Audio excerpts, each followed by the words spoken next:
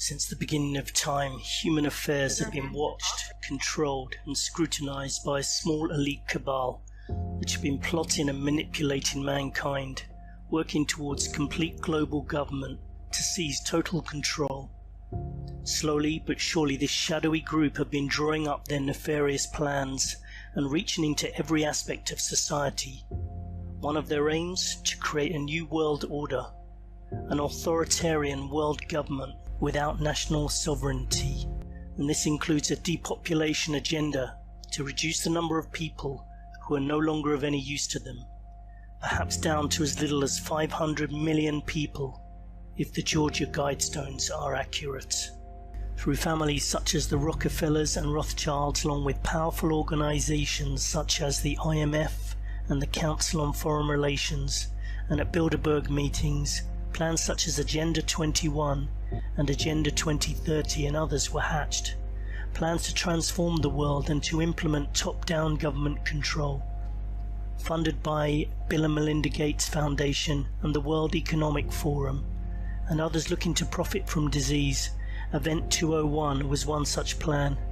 They prepared and planned for a coronavirus epidemic and sought to see what opportunities it could offer them. They finished their plans towards the end of 2019. This is Event 202, a response to the propaganda we're bombarded with every day, an attempt to show a reality that others may not have considered before and how we should deal with it.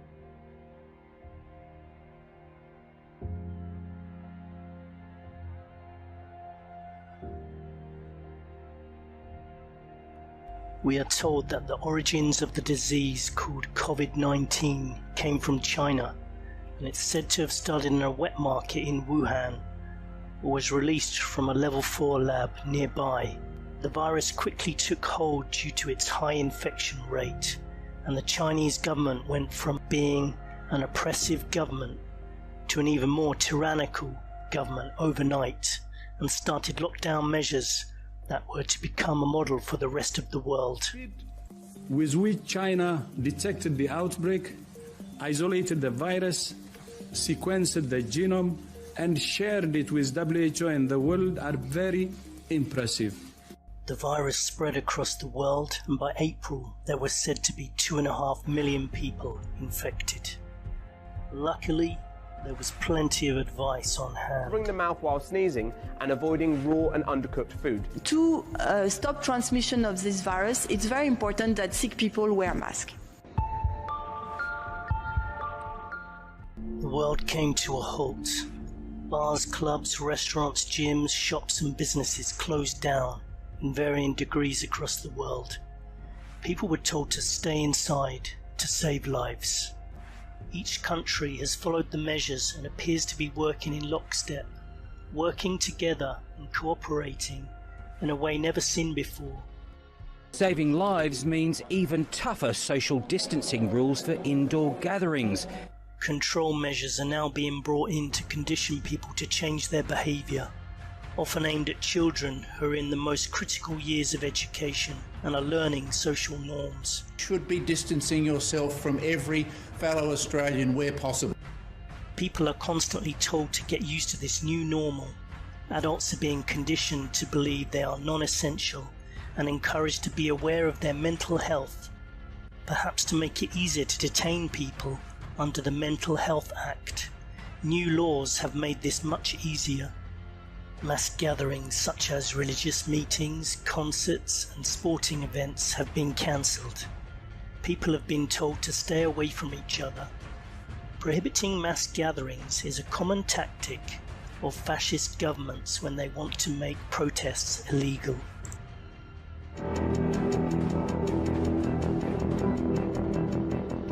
Movement restrictions coming too. Unnecessary travel discouraged, including during school holidays. Travel hubs have begun to close down and flights are being cancelled. Although strangely there appears to be many planes still flying. People trapped abroad wonder whether they will ever get back to their home country.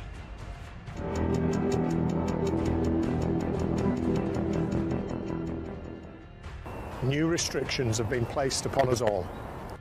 Most countries have introduced new laws and given new powers to the police which are quickly enforced under the guise of keeping people safe.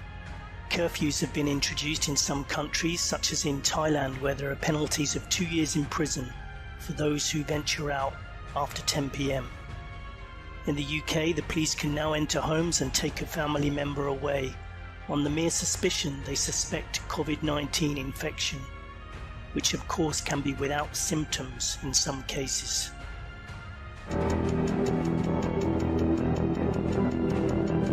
Welcome back. The coronavirus pandemic has left millions of Americans out of work. And just this morning, the Labor Department is out with jaw-dropping new numbers. Unemployment has risen and media ramps up the fear and repeats constant mantras about how staying home is saving lives. Drones and AI technology is being promoted as a possible replacement for humans.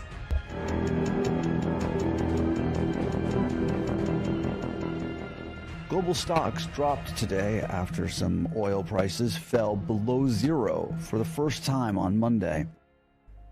Oil prices are plummeting. The stock market is crashing. Cash is increasingly being viewed in a negative light as it could spread the virus. The world economy could crash and pave the way for a cryptocurrency. Patent number 060606 details a cryptocurrency system that is linked to humans and releases cryptocurrency according to the user satisfying certain requirements. Could this be the biblical mark of the beast mentioned in Revelations?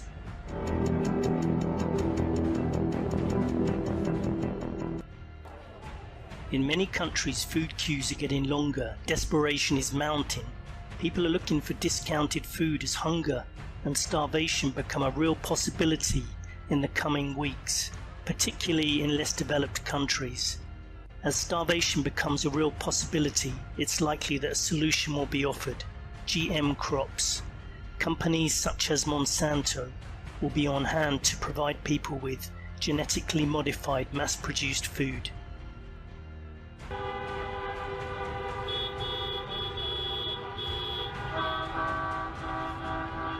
As protests and unrest increase, it's likely that over the next few months, the situation is going to worsen.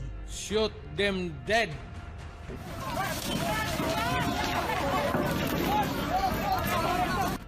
Although protests are occurring, there are still plenty of people obeying government demands and trusting their governments to look after them. More and more people are starting to see that the numbers do not add up and that the reaction is far outweighing the threat. People are considering other causes and wondering whether there are ulterior motives behind what's happening. People who speak out are quickly censored on social media as governments begin to offer their solutions. I can announce that the vaccine from the Oxford project will be trialled in people from this Thursday. As billionaires head for their bunkers and people take to the streets, we're left wondering what we can do. Should people protest? How can they refuse tracking devices and vaccines? Should people go off grid and grow their own food? How can people present the truth to friends and family? Where is all this heading? Unless we prepare a response now, it may be too late.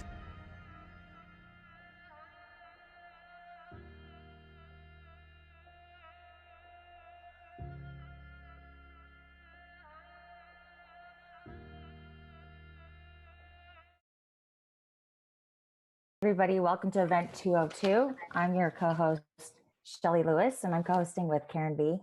And this is an unprecedented event, and we're so excited to be able to share solutions with you for Event 202. A little history. In October of 2019, the Bill and Melinda Gates Foundation, the World Economic Forum, and the Johns Hopkins University held a pandemic simulation focusing on a disease outbreak in New York City called Event 201. This event coincidentally simulated an outbreak of a novel coronavirus transmitted from bats to pigs in people that eventually becomes efficiently transmissible from person to person, leading to a severe pandemic. Event 201 was essentially a focus group for the engineering of a worldwide false flag event and served as a dry run for the world lockdown and forced vaccine rehearsal that we are currently experiencing. Event 202 is a simulation exactly like Event 201. Only this time, we're going to provide solutions. We're going to simulate how millions of people might come together and overcome the fear and terror instilled into the masses and avert the pre-planned solutions by the elite class.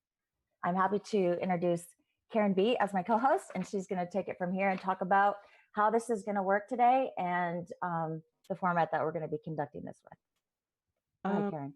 Yes, Event 202 is a 3.5-hour live online event streamed over multiple platforms and recorded for playback over as many video sharing and podcast platforms as possible. We will present 3 simulated scenarios consisting of a spoken narrative interspersed with simulated news reports and simulated statistics, and a panel of researchers who are experts in what we know about 5G, the NWO agenda, common law, and the legal system,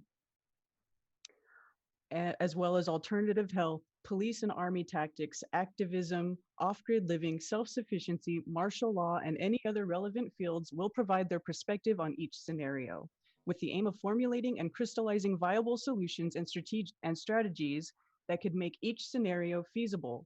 Each scenario will end with a short Q&A session where the most poignant questions from the worldwide audience will be posed to the panel. So now we need to introduce our panel. Yep. All right, we'll start with Mark Steele. Could you please give us a 3-minute introduction of your expertise, who you are, and what you'll be presenting today? Well, I think you can tell by the name, Mark Steele, so I'll just dispense with that one. I'm a weapons systems expert. I came to this 5G issue due to the illegal installment of 5G transmitters, micro transmitters on street furniture in my near locality of a place called Gateshead. There were so significant numbers of children bleeding, women becoming severely sick from the illegal levels of radiation which were measured, which were outside of the COA 1815 resolution, a true crime against humanity. Obviously, my counsel took me to court, and that's how I became quite well known across the world in relation to fighting against this 5G crime that we have visited upon us by criminals in a criminal enterprise.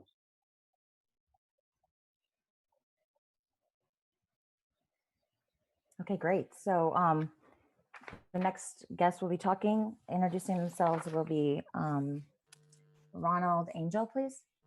Yes, hi, I'm Ronald Angel. I'm a civil engineer from the University of Michigan, Bachelor of Science. Also, I'm a scientist and an engineer. I've been a member of Architecture and Engineers from 911truth.org, and I'm also a member of American Society of Civil Engineers and the American Society of Civil Engineers. Does not go along with what has recently been discovered as the controlled demolition. There was a court case in May whereby the case was brought by one of the surviving relatives, one of the surviving relatives of someone that had been jettisoned out of one of the towers, and they did testing on what was remaining of his son and found military nanothermite.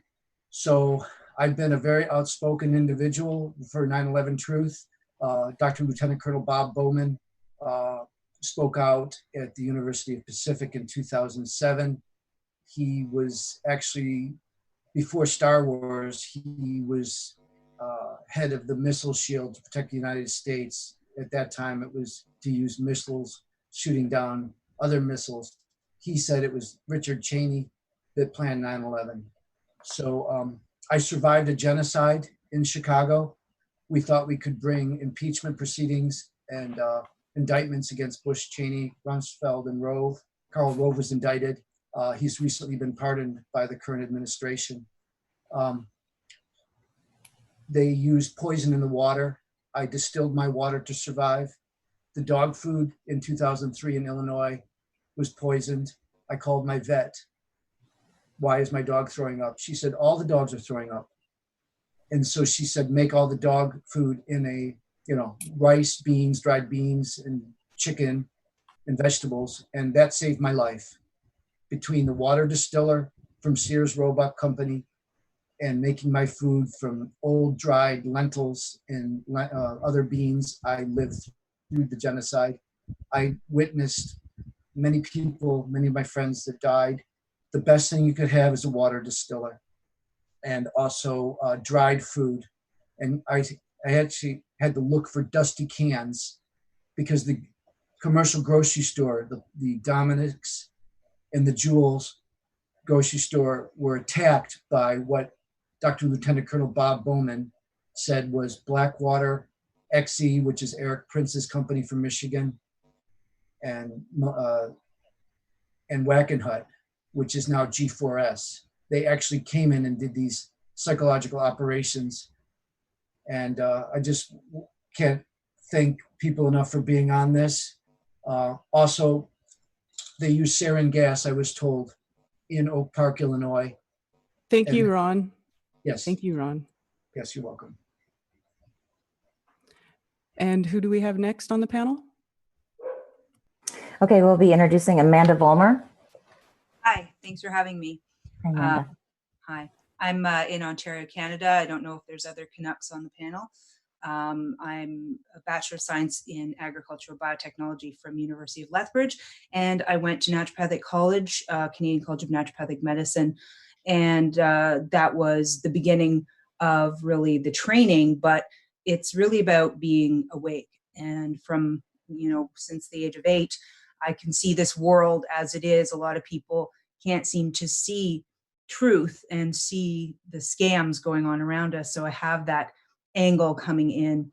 As well, I've owned and operated my store, which was called Yummy Mummy Emporium Apothecary, and now I've renamed it to Yum Naturals, and I make over 150 natural remedies. I wrote a book on DMSO called Healing with DMSO that's just come out this month. So I keep myself busy with creating and inventing new blends with dimethyl sulfoxide, which I'll hopefully talk a little bit about later, and keep myself busy as a single mom. So thanks for having me. Thanks so much for joining us. Joining us today is also David Barstis. Thank you. I apologize. That's all right. I live in the U.S. I have a degree in criminal justice. For 20 years, I've been researching Satanism, Big Pharma, Illuminati, the bloodlines. About 8 years now, I've been focused on law, administrative law, how to seek remedy in the courts. I've been helping people locally deal with debts, criminal matters, motor vehicle matters, family courts, child support, and getting them out of the stranglehold of the government.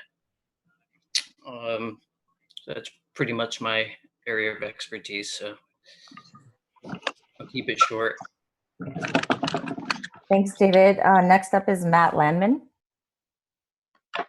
Hello, thank you everyone. Happy to be here. My name is Matt Landman. I'm an activist in the United States based in Northern California. Grew up on the East Coast outside of Washington, D.C., and I'm proud to have tackled so many activism-related issues in my life thus far. I've made the film Frankenskies about the geoengineering agenda ongoing. I've also tackled the 5G issue as of late and launched an EMF protective clothing line, Spero, S-P-E-R-O, and I'm happy to play this part and do what we can in these times. Thank you. Thanks so much, Matt. Next up is Mark Devlin. Hello, everyone. I'm here in the UK. I was formerly a club and radio DJ and music journalist. These days, I'm an author, researcher, speaker in truth and alternative type issues. I've been on this path for 10 years. My specialist area of interest has been who really controls the entertainment industry, and particularly the corporate music industry. And I've been full-time researching this for several years. I've put out 2 books titled Musical Truth, detailing all my findings. One of the most interesting areas of research to me has been discovering that the controllers of these industries are the controllers of every aspect of our daily lives, and particularly the architects of the current narrative that we're experiencing, are occultists. They're dark occultists. They adhere to ritualistic behaviors according to their religious belief systems. And understanding how they employ these is very key to getting to know what the next step is likely to be and what their next move is going to consist of. Also, a very interesting area for me has been studying the area of predictive programming, which is where aspects of events that are known to be coming are placed in popular culture. So you get it in music videos, movies, TV shows, and such. Also, being that these individuals operate through different groups and secret societies and mystery schools, they adhere to this tenet of placing the truth in plain sight. And it's also known as revelation of the method. And this is where they give us an opportunity to know what they're all about and what they're going to do. And we'll probably get into this later, but getting a handle on how and why they employ this tactic is very key to working out how to counter the various things they're doing to us. So I hope that will be useful later in the conversation. Absolutely. We're going to dive right into predictive programming. So thanks so much for being here. Next up is Yasmin Dada. Did I pronounce it right? Yes, this is Yasmin Dada. I'm really grateful to be here. Hi, everyone, and all the people watching live.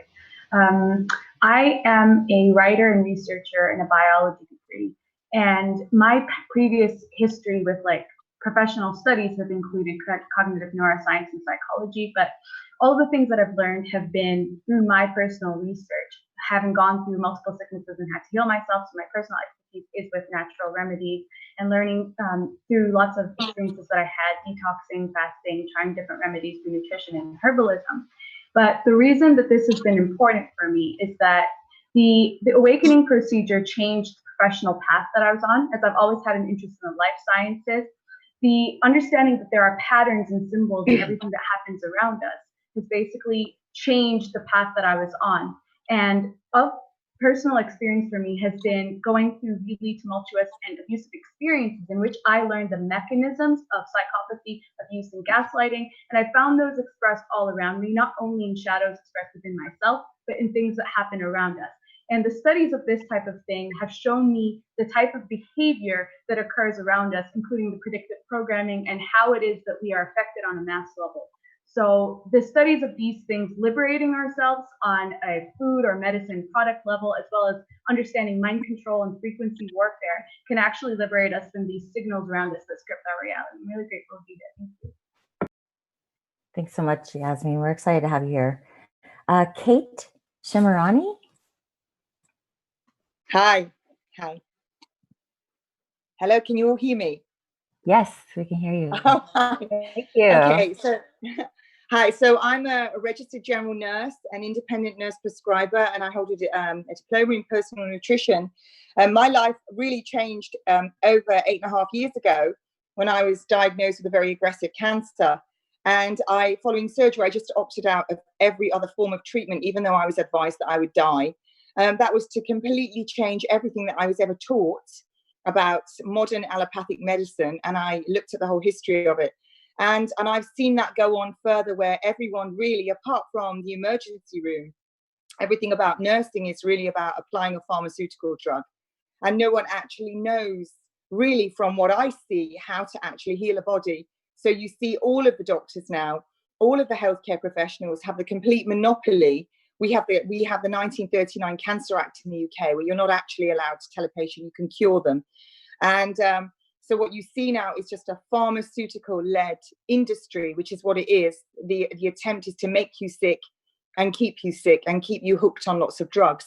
And we see that evident today, that even when presented with the facts, and they are scientific facts, doctors have come out with this pandemic, that still in the UK, the doctors and the nurses are still adhering to the narrative without question at all. Well, we're excited to learn about your expertise, and our viewers are going to be very grateful to hear what you have to say and some solutions with the vaccine agenda and the whole big pharma agenda, actually. So thank you so much. Dave Murphy. Okay, wow. I'm Dave, known as allegedly Dave. I'm a former computer programmer, but about 16 years ago, I started researching the truth, and I haven't stopped since. gone into lots and lots of different areas. So I'm a kind of what's that phrase? Jack of all trades, master of none. So I kind of know enough to be dangerous in a lot of different subjects. So this kind of this event was kind of my idea. It just came out of a joke, and I am absolutely blown away that it's actually come to pass. So that's all I'll say. Thanks. Well, we're excited, Dave. This is a brilliant opportunity to be able to really get the truth out there. So thank you so much for your joke. We're excited about being able to share and get everyone together. Next up is Derek Bros.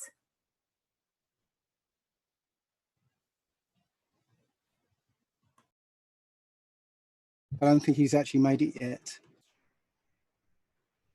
Oh, is he? Okay. Yeah, thank you, Dave, for putting this on and for everybody who helped organize this. My name is Derek Bros. My website is theconsciousresistance.com.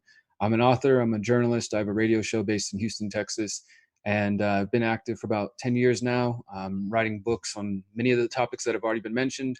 I've also produced a few documentaries, most recently the 5G Trojan Horse, and prior to that, a documentary investigating the pedophile networks and intelligence networks and all those things. But my bigger focus, and I think the more important focus for today, is the promotion of various solutions. Namely, what I'll be talking about a lot today is freedom cells, how we can organize and unplug from these systems that are trying to oppress us and stand in the way of true liberty and true freedom. So we're going to talk about freedom cells and decentralizing and unplugging and opting out of these systems, which I believe at this point is the only solution that will actually lead to more freedom with everything we're facing. So thank you guys for having me. Thank you so much, Derek. Next up is Jennifer Bruce.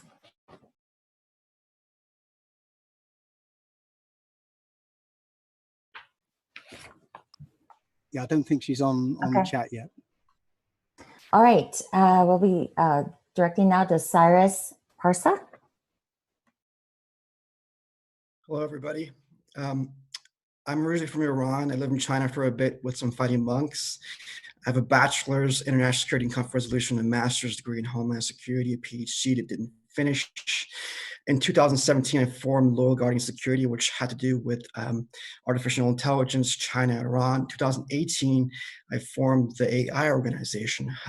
The goal of the AI organization is to be the risk assessment and the watchdog for the misuse of AI, 5G, robotics, quantum technology, anything related to censorship, big tech, and of course, China. In 2019, I gave a brief to the Secret Service, 5 pages, about this time. And the conclusion was, if China and big tech are not reined in within 1 year, maximum 2, the entire world's citizens will be enslaved or their lives will be threatened. How it connects to the 5G system. 2019, the summer, I gave a 62-page report, mainly Chinese companies, but the conclusion was China threatens all the world's citizens on the coming 5G network as it connects to artificial intelligence, quantum technology, robotics, and of course, bioengineering. That was my initial report to the Secret Service, that they were looking at weaponizing viruses and bioengineering things, and it threatens all the world's citizens. I waited and waited. I didn't want to mess with the trade war, and I published AI Trump China and a weaponization of robotics with 5G. Purposely didn't include any company names. This is very deep. I can talk about it later, but I had people in DHS give it to the CIA. They dispatched to the White House. Trump sat down with Prime Minister of Australia and said, China threatens all the world's citizens, exactly from this. And then he asked you to do robotics too. So next step was nobody would take me, no media would take me at all, because I brought up 5G and all these different things and how every person on the world is being threatened. Then I've published Artificial Intelligence Dangers to Humanity, which included this book inside of it. I included 50 of 1,000 plus companies that I investigated. 500 were Chinese and 600 were American, European, Canadian, Australian companies, had to do with 5G, artificial intelligence, quantum, and so on. Conclusion was China threatens all the world's citizens as it connects to the 5G system with big tech. And within 2 weeks, Trump's AI department said same thing, China threatens all the world's citizens, 5G, robotics, so on. Nobody would pick me up. Everyone kept on stealing my stuff, plagiarizing. Media wouldn't pick me up. Content just everyone just went after me. So I was the most censored person on the planet. I ended up suing on December 16th, Google, Neuralink, Facebook, Mark Zuckerberg, Larry Page, and all the major CEOs, including 29 John Does, which I didn't name, for endangering every person on the planet with artificial intelligence, biotechnology, 5G, quantum technology, robotics, facial recognition, everything. It was a 51-page report with penal codes that connect these guys to city, state, national, international laws going back to the 1940s. It reached over 100 million people on Twitter, but they kept on taking parts of my tweet. I couldn't get a donation to serve these guys. Trying to get media people to pick me up, everybody kept on plagiarizing my work, content creators, and other people would just push me aside. So a lot of hate came on me because I took on all the major elites, and China was actually in the lawsuit. So the last step I did was February 24th, I released the John Does, which include former President Obama, Clinton, Biden, Schiff, for negligent transfer of this biotechnology, which I called it on December 16th. And my book says that the world is in danger, including a virus inside of this book, and the other one as well, that they were mixing animals and humans, and how it connects to the 5G system, how it replicates. All these things were in the book before it happened. So when I released this lawsuit, it became really big as well. I think more over 1 billion people know about it, but people wouldn't pick me up. Every media was saying you're complicit in crimes against humanity by not running my lawsuits before this lockdown happens. Even my books, Call the Lockdown, Call the Drones, everything is in the book, even a year before I get to the Secret Service. So there were other people on the lawsuit, which include the World Bank, the Rockefellers, George Soros, and CNN for not reporting. I interconnected everyone on everything. And even today, when I'm sitting with you, and the media won't pick me up, and content creators keep on just plagiarizing my work. So I put out a lot of videos on like 5G and AI.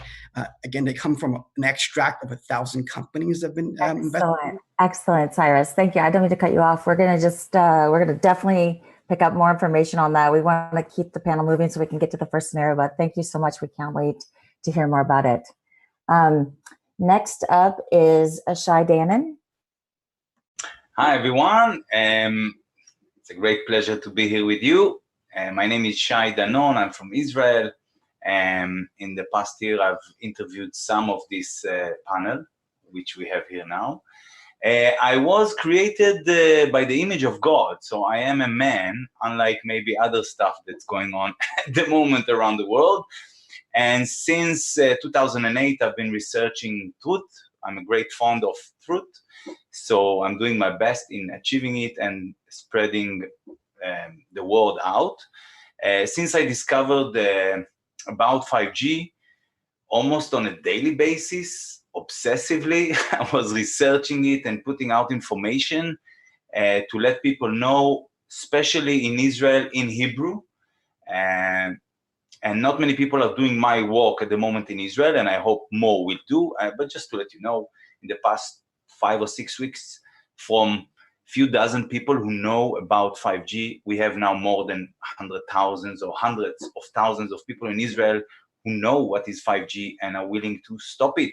So interesting times. Thank you for having me on. And although I don't consider it much, I also have a bachelor degree in behavioral sciences, I just remembered, and communication or media. But just remember, it's coming from the system, so don't rave so much about it. That's it. Thank you. Thank you so much. Next up is Karen B.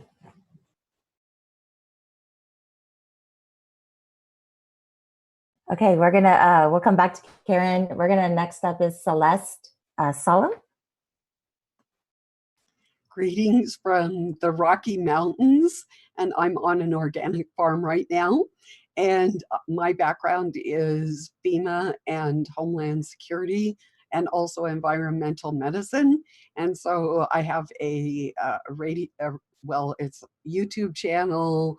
It's the Celestial Report. I'm the author of 2 books. One is Electromagnetic Radiation Protection Solutions, that tells you all about the supplements and the foods that you can eat to protect yourself from 5G, cosmic rays, and God forbid, a nuclear event. And so my specialty is providing creative and fun solutions to some of the problems that I know are coming. How I got on board with this is when I was 5 years old, my dad looked me in square in the eyes. He worked for naval intelligence, and he said, "This is going to happen on your watch and you need to prepare." And so I spent my whole life doing that. Thank you for having me. Thank you so much, Celeste. Next up is Karen B. Hi, my name is Karen B. I am a content creator on YouTube, independent researcher, and I am a single mom. And so it is my pleasure to be here with everybody and to get this information out to as many people as possible. So thanks everybody for being here. Thanks so much, Karen. And I'll introduce myself. My name is Shelley Lewis. I am a graduate of West Point. I served 5 years in the military.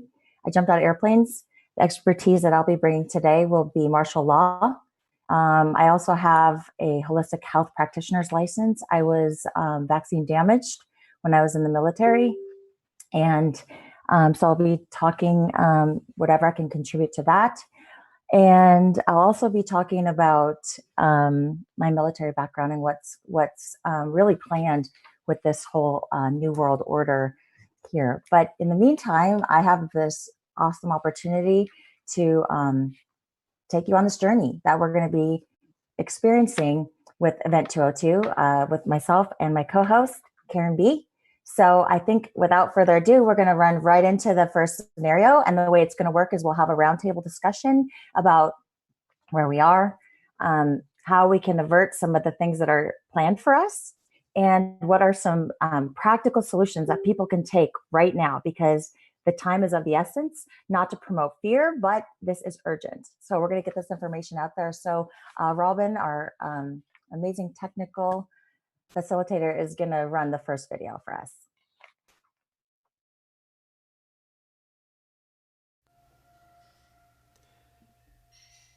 The new normal is made up of repeating the same mantras. The media and governments bang the same drum. Yeah, I think the first video is, like not even 2 minutes. People monitor themselves and adjust without thinking. Don't forget to unmute. Slowly being conditioned to conform for a noble cause.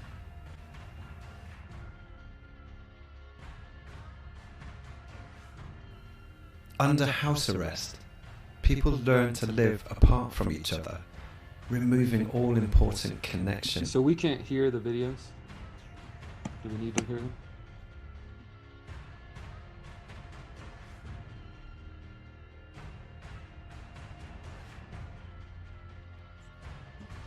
The first video basically is about what we're in, the situation we're in right now. Yep, social distancing, the new normal, all these new buzzwords. We're going to be talking about that, and we'll just kind of go around and across all platforms. You know, all these this new nomenclature that they're using with all of us, and basically conditioning us.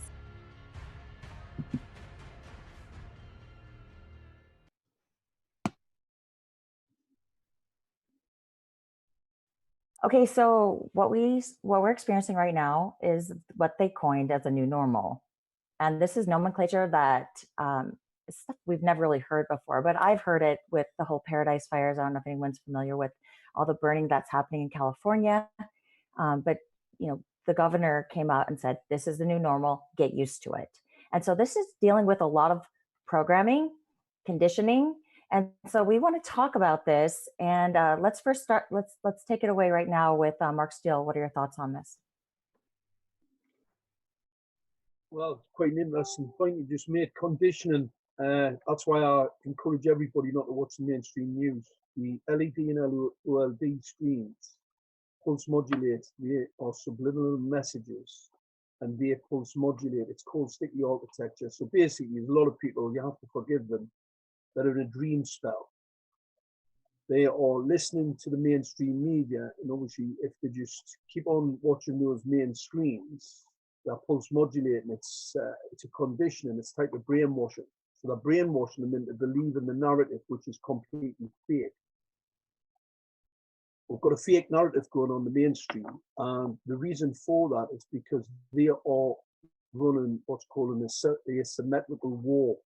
Obviously, it goes from the chemtrails, your smart devices. All smart devices are part of a weapons systems deployment. That's why they call it smart. Secret militarized armaments and residential technology. It's what causes fires. It's what causes sickness. It is subdues the masses. Certain frequencies from it can actually cause a subduing. It can actually cause people to get angry. There's lots of things that can do with pulse modulator with a certain pulse rate, and obviously depending on the frequency. So these are very, very sophisticated weapon systems. Now, one of the things I want to get out of the gate, a lot of people talk about social control. This is not about social control. These are not social control tools. This is not about AI. This is a weapon system to kill. I know that as a matter of fact because of the capacity of the equipment, the overcapacity of the equipment to cause bodily harm. A weapon. It's not yet a spy on you. They do not need that capacity. The capacity of all the equipment without we're looking at, and the vast amount of it that's been installed at pace over this lockdown tells me only one thing. This is a mass genocide plot, and it's not going to get any better. The recent EDTF, this is the Electronic Defense Task Force that was set up by President Trump in 2018 after I spoke at the Democratic Veterans Conference on SMART and the weapon system. They have identified a significant risk to the electrical infrastructure. If you take down that electrical infrastructure, you're going to have serious problems at nuclear power stations and the storage of spent nuclear waste. This is a kill grid. That's what they're planning. That's their strategic plan, is to kill all by what we've got to do is be positive about it. They expect people to be depressed. I mean, you see me all the time laughing and smiling. The reason for that is because I know that a significant number of people who wake up to this and resist it will survive it. The people that won't are the people that go along with the dream spell. As long as you keep with the dream spell, believers, you won't survive. Just like black magic. And we are against the dark forces, but we have the light, the truth. We'll have the creator behind us. That's why we're here. We're here to make a difference and actually stopping this crime because it is such an existential threat. As long as the information gets out there, like I said, the people who are perpetrating this crime upon us, they don't survive it either. They're just a little bit thick because they don't know what the real plan is. The plan's to get rid of them as well. This is the most deceptive plan ever hatched. And this asymmetrical war that is being hatched, unfortunately, is going to kill a significant number of people. What we have to do is save as many people as we can. That's the job. That's the ticket to the ascension. And that's what we're actually, that's the purpose of this forum today. And thank you so much, Mark Steele. Let's talk about the mind control.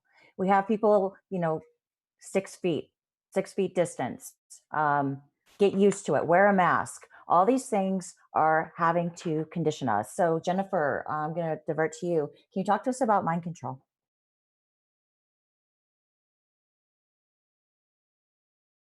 Okay, I'm actually going to divert to Cyrus. Cyrus, can you talk to us about mind control? I just want to concur with Mark Steele. I agree with him 100%. First, we need to save lives. Secondly, he's right. I found extinction codes for humanity in stages over a year ago. That's what I published in a book. But having positive thoughts and can do a lot of things. I put a sort of fictional movie out a few days ago, and I tweeted it to the Pentagon and President Trump. Within 72 hours, for the first time, they actually released footage of UFO. But the title was AI, the plan to invade humanity. And I had a little alien figure on there. It's a metaphor, but if you watch the entire episode, it shows you how everything is destroyed. But if you have faith in the creator and you have positive thoughts and you know all these things, you can overcome it. So in terms of mind control, I don't look at it as mind control. I call it mind and body control. So I coined a term called biodigital social programming. Bio stands for your biology, your cells, your blood, your skeleton, your skin, your muscles, everything. Your digital stands for your digital network, neural network, your nervous system. if you're an atheist or agnostic, you may say you have a digital image. If you have a faith or if you have a religion, you'll say I have a soul or a spirit. So that's biodigital. Social is your emotions. Your social media or your social network. Programming is programming. Biodigital social programming. The entire human race has undergone biodigital social programming with TVs, more so now with the 4G system as it interconnects with IoTs, the Internet of Things, the ecosystem, which includes your Facebook, your Twitter, Google's algorithms and coding, which comes from bias or engineered bias. However, because 5G is not built for human beings, it is made for machines. It is made to mobilize drones, robots, robotics, bioengineering, cybernetics, an array of different things, including microbots that have nanotechnology inside of them. That the frequencies are so fast, and you have all these towers, that any person that has these phones and these IoTs and these towers around them, it will biodigitally social program them. That they'll actually, their brain chemistry will change from the content that they're receiving everywhere. Even their very cells will be atrophied. So if you have if you have the coronavirus, or if you have a vaccine inside of you from 30 years ago, because these frequencies are so powerful, they'll weaken your immunity, and the virus or flu or vaccine will start a replicating process. So it can actually make it worse for you. So I agree with Mark Steele. These are military weapons made by DARPA and so on, and they're not made for human beings. So the main thing is to understand, first of all, not to be biodigitally social programmed and understand these principles. The second thing is we can't have these towers near our home. But there is another issue.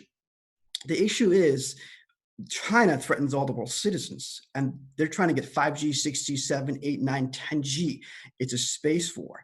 If the US and UK don't have a 5G or 6G system, they're going to lose, there are going to be more threats than that. However, you don't need this next to your home. You don't need this system next to your businesses. It's, again, for machines. So it's a cross and take. I have a lot of solutions, but I'm going to stop because a lot of panels want to speak in different things. But it's a very vast concept, what I just said. That's why I have these books and articles and videos. And that video, you can say it's a fictional video, but there is an answer. The creator has another plan. Our solutions is to repent if you hurt anybody ever, and also have no fear. Have no fear, and have absolutely the Chinese Communist Party oppose this system because we're on a socialist. Okay, great. Thanks so much. We will definitely come back and revisit that. I want to now just let all of our listening audience know, please send any questions you have, because at the end of these scenarios, we are going to be conducting a Q&A, and we'll be gathering all of your questions, if we can, to direct at different panel members. I want to now talk to Dave. Dave, could you talk to us a little bit about mind control, and also talk to us about the scenario and some solutions? Sure. The thing about this situation we're in right now is that it's a wag the dog scenario. So anybody who's watched the film Wag the Dog, where the Dustin Hoffman is a film producer who actually creates a war on television and convinces the whole population that America is at war with Albania. Okay, the whole of this is a wag the dog scenario. Yeah, without the media, none of this could work. Yeah, and that is actually the good news, because the point is it's a construction that's been created in the media, in our minds. Yeah, and it is quickly overturned by actually going out and having a look. Yeah, we've already seen the the citizen journalists go out after the news is given, this fear porn of, oh, the hospitals are overflowing, there's death and destruction going on, and then the people go there the next day and there's nobody there. Okay, that's it. That's that whole narrative destroyed, and more people are starting to see that, and that's where it's that's where it's hopeful for me, because I'm actually seeing more and more people wake up to this idea that, oh no, it's on, they're telling me this on television, but over there it's, or when I step outside, I don't see any death. I don't see any sick people. This is the thing. It's only in here and on the screen, and that's where it's we can if we can move people's attention away from the media and to reality, then this whole house of cards will collapse. Absolutely. Thanks so much, Dave. I would like to divert right now to Amanda. I'd like you to talk to us about social distancing, please. Sure, thanks. One of the reasons to have social distancing is, if you've studied any Heart Math Institute information, is we have energy fields and we also have a heart field. And it's exactly that distance that our heart fields do not then overlap. They're really trying to tear us apart on every level. One of the things I've noticed about it is that it makes people afraid of one another. So you could be a silent carrier, or you are sick, and if you touch me, breathe on me, come near me, I'm going to get sick and die. So that's part of the psychological exercise. I've noticed a lot of hate coming at me because I'm very vocal about this pandemic. So people judging me, people saying that I'm dangerous because I'm daring to hug people, and that when I shop in the grocery stores with the lines going one direction, I on purpose go the other direction. And when somebody's shopping, I will lean over them to do that and spark conversation. So while we're trying to focus on solutions, one of the things that you can do is expand your heart field. So you can focus on that and send love to yourself and expand it so that it will affect someone near to you, because we're trying to overcome what they're trying to do to us. And so this is a war. And so our wartime measure is love. So if we increase our heart fields, then that distance is irrelevant. So that's one of the things. The other thing is hug everybody, touch people, talk about that. Are you afraid? Why would you be afraid of my hand? Not last year, but now this year? Or what is it that you're exactly afraid of? And get the conversation going, because you don't need to be afraid of a germ. That's one of the things that they've been using for ages. Ever since the design of the virus, they've been encouraging us to be scared of something that we can't validate and we can't see for the most part. So that's part of the psychological exercise. That will we obey is the other part of it. Will we do it? Will we just want to be good little boys and girls and do what our government says and social distance because now we're somehow warriors or heroes for the cause, right? So they're also usurping us, making us feel like we're useful. So there's all of those aspects, and we can counter those by other measures of our energy field, of our discussions, and of our just plain out saying no to that and going the opposite direction. Thank you so much. The next question we have, that just begs the question about what is this virus? Is it, can you actually have a mask protect you from a virus? Or is antibacterial soap actually going to help prevent some virus? So I'd like to just talk a little bit about the virus and, what these measures they're trying to implement. Let's say it was true. Would that even be effective? I'd like to divert right now to Kate, our nurse. Hi. So first of all, viruses, you can't catch a virus. They actually are inside the body dead protein structures. They're so small, they're nanoparticles, that even if you were to cough, it's going to go through a mask anyway. So when you would be in a surgical experience, you would wear masks and gloves and a gown to protect a patient from whatever bacteria you use. So what you have is these nurses are in the hospitals, in the nursing homes, and assuming the narrative that a lot of these nurses, or most of them, don't know. And you even have doctors saying that, you can catch a virus. I have lots of, they are not doing a test. They're just diagnosing people with having this COVID, and then they're putting them into a room.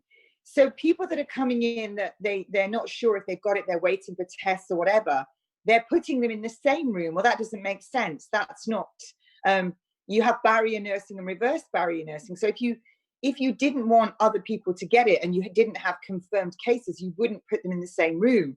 So then you excuse me,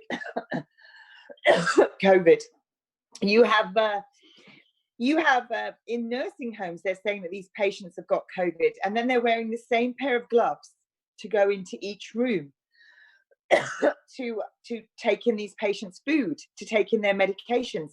It's quite bizarre.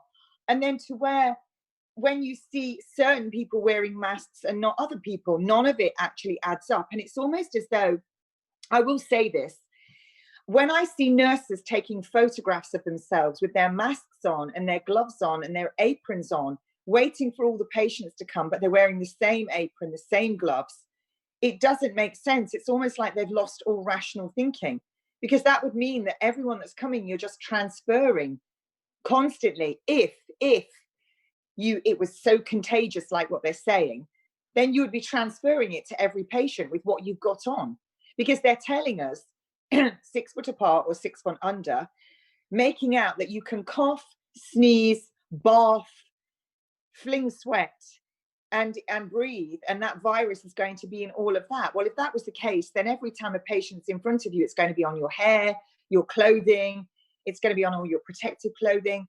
So surely then you would be carrying that to everybody that you come in contact with, even when you go home. So it's almost as though common sense hasn't kicked in with a lot of the nurses at all. It doesn't make sense. It's like rational thinking has gone out the window.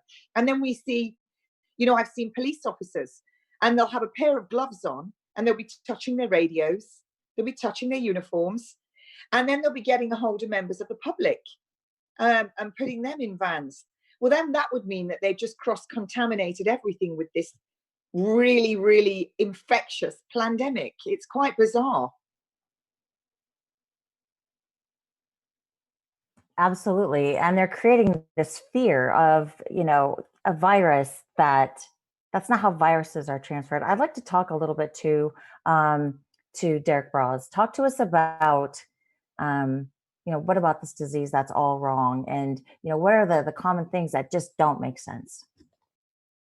Yeah, thank you for that. So I've interviewed Andrew Kaufman, who I know is supposed to be on this call. I've also interviewed authors Don Lester and David Parker, who some of the audience might be familiar with. They wrote a book called Why Everything You Thought You Knew About Disease Is Wrong. I also recently interviewed Dr. Stephanie Seneff from MIT. She put out a paper about glyphosate and the role that glyphosate could actually be playing and affecting other people. I guess what I really wanted to add, I'm not 100% certain that I agree on the debate of germ theory versus terrain theory yet, but what I appreciate about the message that Dr. Kaufman and Don Lester and David Parker are bringing is that it's a very empowering message. It's a message that says you have your health in your hands and that you have the ability to affect whether you get sick, based on your diet as well as the toxins that you choose to expose yourself to. And some of that's out of our hands, especially if you're in the US. There's glyphosate that's been sprayed all over the country. There's fluoride in the water. There's a number of those things. But we can also recognize that we have the power, again, is in our hands. It's in our grip for us to make the changes in our personal life, with our diet, with our exercise, with getting fresh air and sunlight. And I think that's really important for people to understand that whatever, wherever you stand on that debate of germ theory versus terrain theory, or whatever you think a virus is, that at the end of the day, it is a lot more dependent on us than this system would like us to believe, because they want us to be buying pharmaceuticals and want us to be going and getting vaccines and playing that whole game. So just take note that it is something that can be empowering. The only other thing I wanted to add was more, I guess, to the last question about social distancing and those sort of things. I'm in Mexico. I've been here for the last 6 weeks, and it's a very different environment, at least where I am in Mexico. You're starting to see people wearing masks, and some stores are starting to require them. But for the most part, we go out every day. We go biking. We go out into the sunlight. We go on hikes. People are going about their lives. It's very different than what we've seen in the United States and the UK and some other places. But the thought I want to put into everybody's head when it comes to masks is, for me, when I went to the grocery store yesterday to go to the market to buy some food, they said, oh, well, now we're requiring masks. And I turned right around and I left, because I personally am not willing to wear a mask to go to the grocery store that I want to visit. I would rather shop elsewhere. And that's just me. Everybody can make their own voluntary choice. But what I want you to think about and ask yourself is, how far away is the pressure or the decision to wear a mask because it's convenient, or because you need to go to work, or you need to go grocery, or you need to travel? How far away is that from asking you to carry an immunity passport? Or how far away is that from asking you to take a mandatory vaccine? I think we need to start pushing back in whatever way you feel comfortable, even if that means, I'll patronize another store that's not going to require me to wear a mask, or I'm going to, just whatever choices you make, just think about if they can get us to submit to wearing masks and then staying away from each other and locking ourselves down and being afraid, not only is that going to harm your immune system, but how much harder are they going to have to push to get you to accept an immunity passport when they tell you you can't travel without it or you can't work without it? So please start thinking about those questions, because they're becoming very, very irrelevant to our lives right now. Slippery slope. Yeah, absolutely. It is a slippery slope. I'd like to talk now to Mark Devlin. Could you talk to us about how all of these kind of came about around the same time? You see kind of this pandemic where everybody's on board on time and they're all implementing the exact same measures. So again, that goes back to Event 201, this predictive programming. Mark, could you talk to us about that? Oops, I think your mic is mute, Mark. Mark. Am I on? Sorry about that. Can you hear me? Yeah, loud and clear. Okay. We can know that we have invisible controllers who hide in the shadows from the fact that virtually all countries around the world adopted the same lockdown measures at pretty much the same time, with just a few weeks different. There are a few rogue states like Belarus, Iceland, Sweden, and a few others that don't seem to be playing ball like all the other countries. But for the most part, the world as a whole went into lockdown around about the same time. And this was all in March. It was all around the time of the spring equinox, which is very important when we get into the nature of these occultists again and some of the dates that they observe with their ritualistic behavior. But we have these groups, these think tanks that specialize in working out how they're going to control and dominate and manipulate the rest of us. And we can be pretty sure that the real controllers of this world get together in groups such as the Bilderberg Group, the Council on Foreign Relations, the Trilateral Commission, lots of these groups whose names we know. And there'll also be many whose names we don't get to hear about.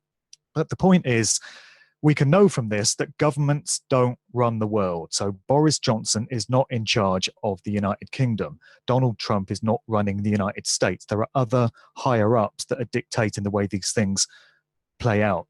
There's also an organization known as the Tavistock Institute of Human Relations based in London. And this group specializes in mass mind control and social engineering. They shape and mold public attitudes and public reactions and behaviors. And we can be sure that Tavistock have played a big role in this current narrative, particularly in terms of things like social distancing and self-isolation, these buzzwords, these phrases that we're now all familiar with. And they've put this stuff in their writings for many, many decades as well. So it's not as if those of us who are paying attention don't have the opportunity to know how these groups operate and the sort of things that they plan to do to us. There's a movie that came out in 1927, almost 100 years ago, called Metropolis. It was directed by a German Freemason by the name of Fritz Lang. And it depicted a futuristic scenario very similar to the one we've got now. So when you watch that movie, the cityscape in which the characters are all living is very similar to the blueprint for the AI smart grid human settlement zones, futuristic smart cities that we have right now, controlled by 5G and artificial intelligence. And this tells you that as long ago as 1927, these groups had an idea of where they eventually wanted to take society. So they operate years and decades ahead of time. They display incredible levels of patience and incredible levels of persistence and tenacity and sticking to the plan. And we're seeing so much of that come to pass now. And again, going back to the idea of predictive programming, which is where we're given an opportunity to know what is coming, there was a movie that came out much more recently in 2011 called Contagion. I've not seen the whole movie, but I've seen some clips from it. And in the dialogue to this movie, they're talking about things like self-isolation and social distancing. They're using these terms. So back then, 9 years ago, it was known that these terms were coming, and we were being prepped for it in the form of these things being placed into works of popular culture. The way these groups and these networks and these individuals operate is by our tacit consent and approval. It's quite a complicated metaphysical concept, but they feel that if they let us know what's coming and give us an opportunity to know what's going to happen to us, when we don't voice any kind of objection, They take our unspoken reaction as our tacit consent to what's happening. So not saying no is as good as saying yes, as far as they're concerned. It doesn't matter if people don't believe this. It doesn't matter if people think this is nonsense. They do, and they operate by these tenets. And as I said earlier, understanding this gives us a good heads up on what might be coming next and how we get out of it just by voicing the fact that we do not consent. That's why I wear this t-shirt stating, I do not consent and I was never asked. I think that's a very affirmative statement to put out into creation. Thanks so much. And that's what we're kind of seeing here is a lot of activism, self-activism, do not consent. I mean, if you want to see a different world than what we're living in currently, then our voice has to matter. And we have to get out there and say, no, we're not going to do it. Just by not wearing masks, I'm not wearing a mask. I know the truth about these viruses and educating others, because a lot of people right now are acting out of fear. And so in the last 5 minutes, when we're going to go into the next scenario, and I'm going to have Karen B take that next segment, I want to wrap this up. Solutions. What can people do right now? And I think we talked about that. I do not consent. Thanks so much. Don't wear a mask. Educate yourself on really what's happening here. Understand the mind control, the programming, the psychological, opening up your heart to others, because people right now are scared and they're afraid of others. And so we are going to be a voice for change. And so, Amanda, you wanted to say one more thing. And then if we don't get to you guys at this segment, all of our panel, Karen B is going to get to you guys. So make sure you just, chime in when via chat to let us know when you really want to put some information out there for us. Okay, go ahead, Amanda. Thank you. So a couple of things about the mask wearing. I'll give you these studies. You can disseminate them later, but there are studies on the hypoxic or low oxygen effects of wearing masks. Also, it's important to understand that masks have holes, and if we believe in the virus being an infectious agent, which I don't, but if you did, first of all, most of those masks, it goes right through. Then people also say, well, it prevents me from touching my face. Well, again, with their belief system, actually the transmission is more likely through the eyes than through the nasal passages of this particular coronavirus. But if you look up certain studies, you'll see that there are huge respiratory consequences of wearing these masks. They did a study on pregnant healthcare workers, for example, and they found that they had impeding gaseous exchange. They had a huge additional workload on the metabolic system of these mothers, and they had to limit respirator usage and mask usage.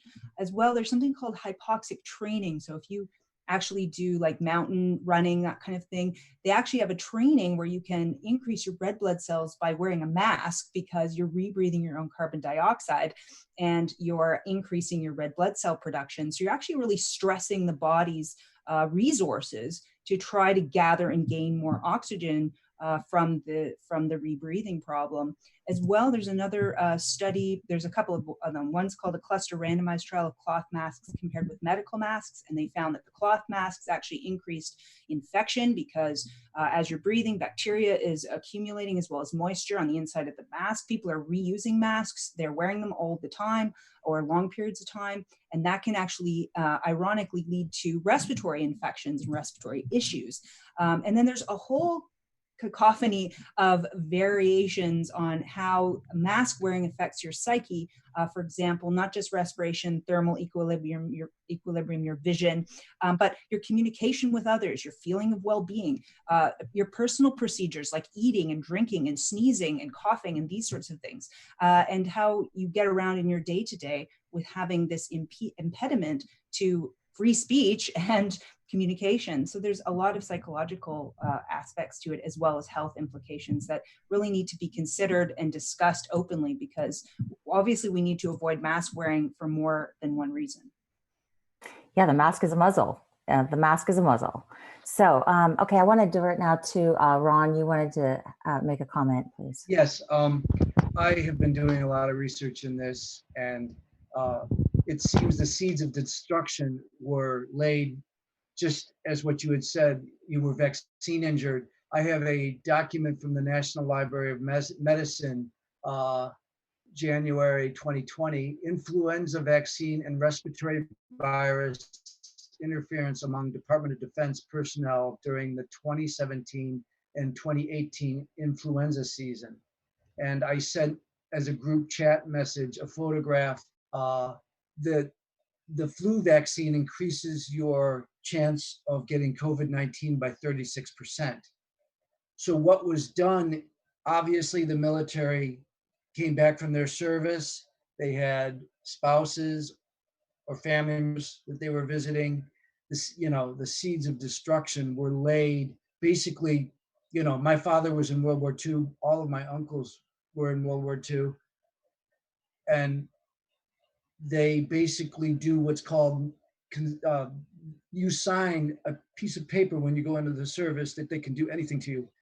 It's a consensual form. You have no choice. Now, the Health and Human Services has a law that civilians can reject based on what, you know, we can, based on the Nuremberg Code 6.1 and 6.3, we can reject any medical treatment. And they call it non-consensual human experimentation law. And I actually have the federal laws on this. So they can't touch you. They can't test you. If you are to get tested, it's your prerogative if you want to put your saliva in a cup. And I did see that the FDA said they should be not invasively testing you, because these tests that they're giving the people in the UK, they're laced with seeds of destruction as well. And the tests themselves are causing the virus. And I posted this to the group prior, and I posted it on my Facebook page. So, you know, it's just like a Trojan horse. Here's 500,000 tests from China. We're going to give them to you, the United States, and you're going to test your people. And the test itself is going to seed the virus within your population. You know, how stupid could people be? So that's what I wanted to point out. And I sent you that document. And I'm sorry about your vaccine injury, Shelley. I've done extensive research. There's been damages awarded by the Department of Justice. So I'll send all that to the group later in emails. And I've posted it on my Facebook page, as well as the International Criminal Court group that I have on Facebook. And thank you very much. Thanks so much. Yeah, thanks so much, Ron. We are definitely learning. I mean, I'm honestly about vaccines. Had I not gotten sick, I would have no idea, honestly. And so it was a wake-up call for me. And now it's a wake-up call for everybody, because we're all in this together, and they're trying to implement mandatory vaccines, and people have to know that. But we're going to talk about solutions. We're going to now go into our next segment. We need to keep moving along. So I'm going to right now turn it over to Karen B. Thanks, everybody, for that great discussion.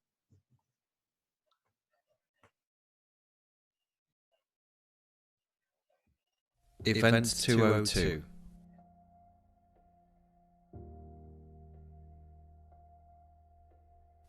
They created the storm just as they created the virus in the lab.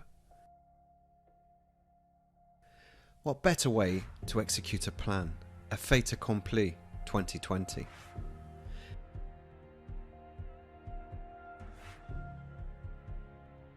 Taking advantage of everyone's deep slumber, conditioning and programming. Social distancing still to be regulated as the new accepted laws. Homelessness rapidly occurring due to the newly assimilated digital currency being set up for all society. What better way than to keep the people off the streets whilst people locked in their sleep? Automated surveillance is the key. In full lockstep, the implementation of full state martial law. All this is part of their plan. To be initiated in the same single point of control. Things will get progressively worse. Global currency as we know it will crash. Homelessness will get worse. Digital currency will increase. Many more will go homeless. Mental welfare will be incredibly challenging for more and more people. People will want to escape. the system will be slowly ramped up.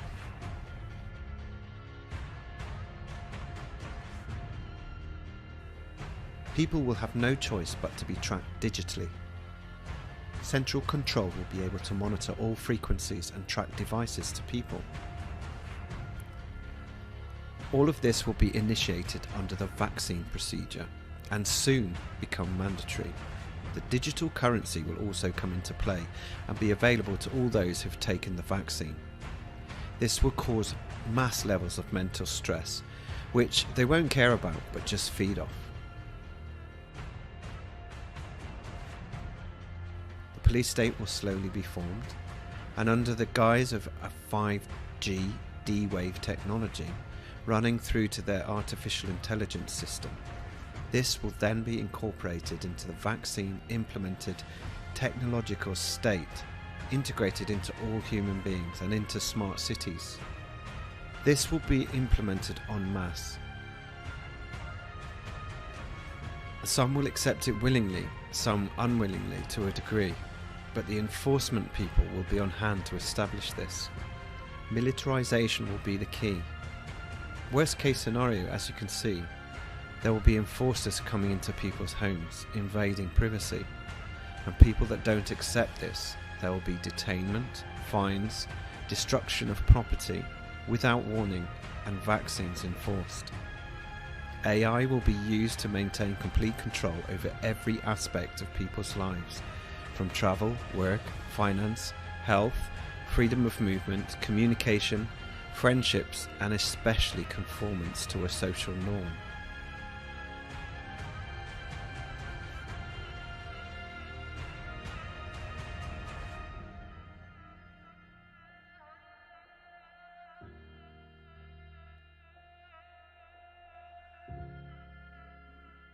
Okay, that is the second scenario video, which encapsulates what we could possibly be seeing 6 to 12 months after the initial action taken by the government.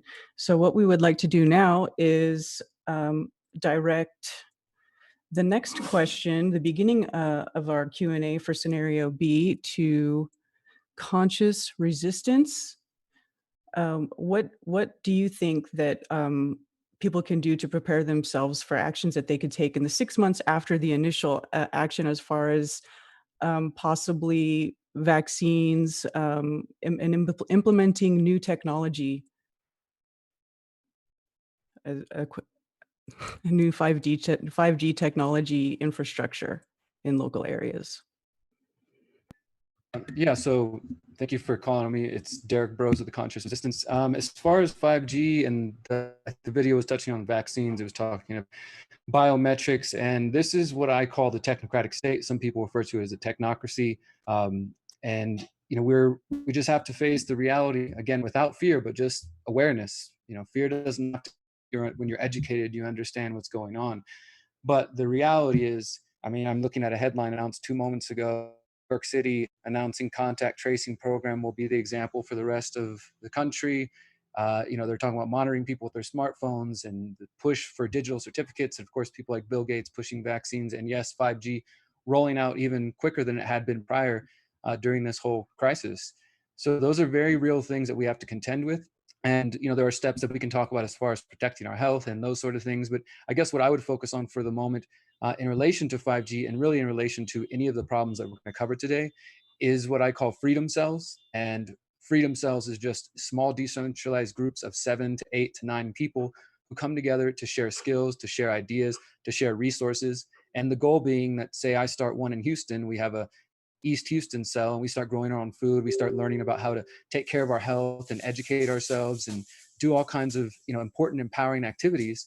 And at the same time, we connect to, say, the North Houston Freedom Cell. We connect to the West Houston Freedom Cell. And then on a larger level, we connect to the Florida Freedom Cell, the Italian Freedom Cell, and we start building a decentralized network for us to share, again, ideas, resources, skills, and to compete directly with these systems. I do not believe that there's going to be any president or any way to vote ourselves out of this situation, or to wait on a savior, or to sign petitions or do any of those things. We're much past the potential for any of those to actually work. Not to say don't take step, spread the word, do what you have to do. But at the end of the day, I think the only real solution to 5G, to the push for mandatory vaccinations, for the rolling out of the technocratic state, is for us to band together in communities, whether that means in the city, in the countryside, moving to a different place, what have you, exiting and building when necessary, or holding down the fort in your community when necessary, and spreading these ideas and building the better world that we know is possible. And that's going to look different in different places. That's the goal and the point of decentralization, that I can't give you a perfect plan that's going to work for you. And it'll look different to people here on this panel and the people listening, that if we economic banking system, their education system, their governing system, their healthcare system, their food production system, all of these systems that we can see now are extremely weak and extremely unsustainable, then we can have hope and have empowerment to build the next world. But if we stay here and we keep waiting for the answers to be provided for us, if we stay waiting for a leader, whether that's in government or in the activist movement, I think we're going to be sorely disappointed. Thank you. Thank you. Thank you. Actually, excellent suggestions. I'd also like to, Celeste, if Celeste is here and ready to speak, I'd like to hear from you with your experience as far as working for FEMA and the government, and what actions they may be taking at this stage in their process. Okay, so what everybody needs to know, that back on August 15th, 2016, they put Health and Human Services put in the Federal Register an 88-page document on communicable diseases. I'm talking about all the language that we're seeing come to pass right now. And it was passed 90 days later, and it just laid in wait for us right now. And so it is actually being activated, or has been activated. You need to know that Health and Human Services entry into the Federal Register was a UN mandate, that this is actually coming from the United Nations, and so that everybody's harmonized. That's why you're seeing everybody speaking the same language. That's why we've got the same program going out. And what I would say that we're up against right now is a soft martial law. It has not gone hard. And when they talk about waves, we have something called dual use language. And so what happens is while the waves of the virus come, they're also going to give us managed waves of a little bit of freedom, some resistance, and then we're going to be incrementally going tighter and tighter into tyranny. And so I agree with much of the other panelists where the buck stops with me as far as, resisting. I think people really need to understand what the deeper significance of what they're talking about. When they're talking about testing for COVID, it is actually a blood harvesting, and it's going into the quantum supercomputers. They are running post-crime and pre-crime, as well as, this came out about 2 weeks ago. They said, well, we got the blood anyway, so we are going to go deep into your family history. That has all sorts of ramifications because HIPAA laws have been suspended. Actually, the Constitution has been suspended, and I could spend hours going into that. The second thing is that there are 48 different vaccinations. They contain aborted fetal tissue. They contain humanized mice. What is a humanized mouse? It is a mouse that has human organs, human blood, human immune system. It's basically a mouse in a human in a mouse suit. And then they take human proteins and put it into the vascular system of plants. And then, so it's like a hybrid human plant. And they're going to mix all this in a blender with a little CRISPR. And they're saying that this is going to keep us safe from the pathogen. The last one is the one that I'm really worried about, and that's the DARPA hydrogel. Basically, it's nanoparticles, and they have been experimenting with it for 10 years. They wanted to put chips in the brain. They didn't want to have to do surgery, so they came up with this nano hydrogel. As soon as coronavirus hit, they were there. They said it's ready to deploy. And basically what they're going to sell the public is it will alert public health that you are sick, before you have that scratchy throat, before you have that cough, before you get a temperature or anything. But it also does many other things. So once this hydrogel gets into your body, it is nanoparticles, so it assembles inside your body. It starts growing and fusing with your cells, your ligaments, your muscles, your bones. So in the old days with the RFIDs, you say, oh, it's not cool, I changed my mind. People got them cut out. This becomes one with you. You can't. But the absolute worst scary part about it is you become one with a computer. You become your own computer interface. You become one with the quantum computer, with your devices, with your smart, anything that you have in your house. And we are going to be told that unless we do all 3 steps, get tested, get the vaccination of whichever one they choose. They're all basically the same, but they go much deeper than pathogens. And then this sensor, that we are not going to be able to get back to normal. So that's kind of what's going on. And so part of the first part of making a decision is educating. So now you know what the basic plan for this is. And so now it's up to you to decide what your plan is. And that is you're probably going to get some consequences for that. That might be prison time. It might be being secluded in your home. You may not be able to go to the grocery store. You need to think about, okay, so what am I going to do? How am I going to negotiate that? I'm going to have a garden, so I don't have to go to the grocery store. I grow my own medicine, so I don't have to go to the pharmacy, and I get skilled in, taking care of my own health care and various other things. So you then, because you've got this knowledge now, you can make some wise decisions. But is the government going to come out and tell you about all these things? No, they're not going to tell you. I was in a Y2K, 9/11, Hurricane Katrina, and I can tell you the objectives that were achieved were hair-raising, and what you see has been a lie for a long time. So. Thank you, Celeste. Thank you for that, for your insight. Cyrus Parsa, you have something to add to that as well? Yeah, I want to add to everything that was said, actually. So I want to address these 3 videos real quick. I recommend everyone to watch them. So one is coronavirus causes a digital field throughout the entire world with fear. Recommend everyone watch that. The other one is the connection between coronavirus, 5G, and AI, and so on. The third one addresses everything we just talked about. AI, the plan to invade humanity. So I just want to say something, because all of you on the panel can be taken out in the future if there's some mistakes that were made.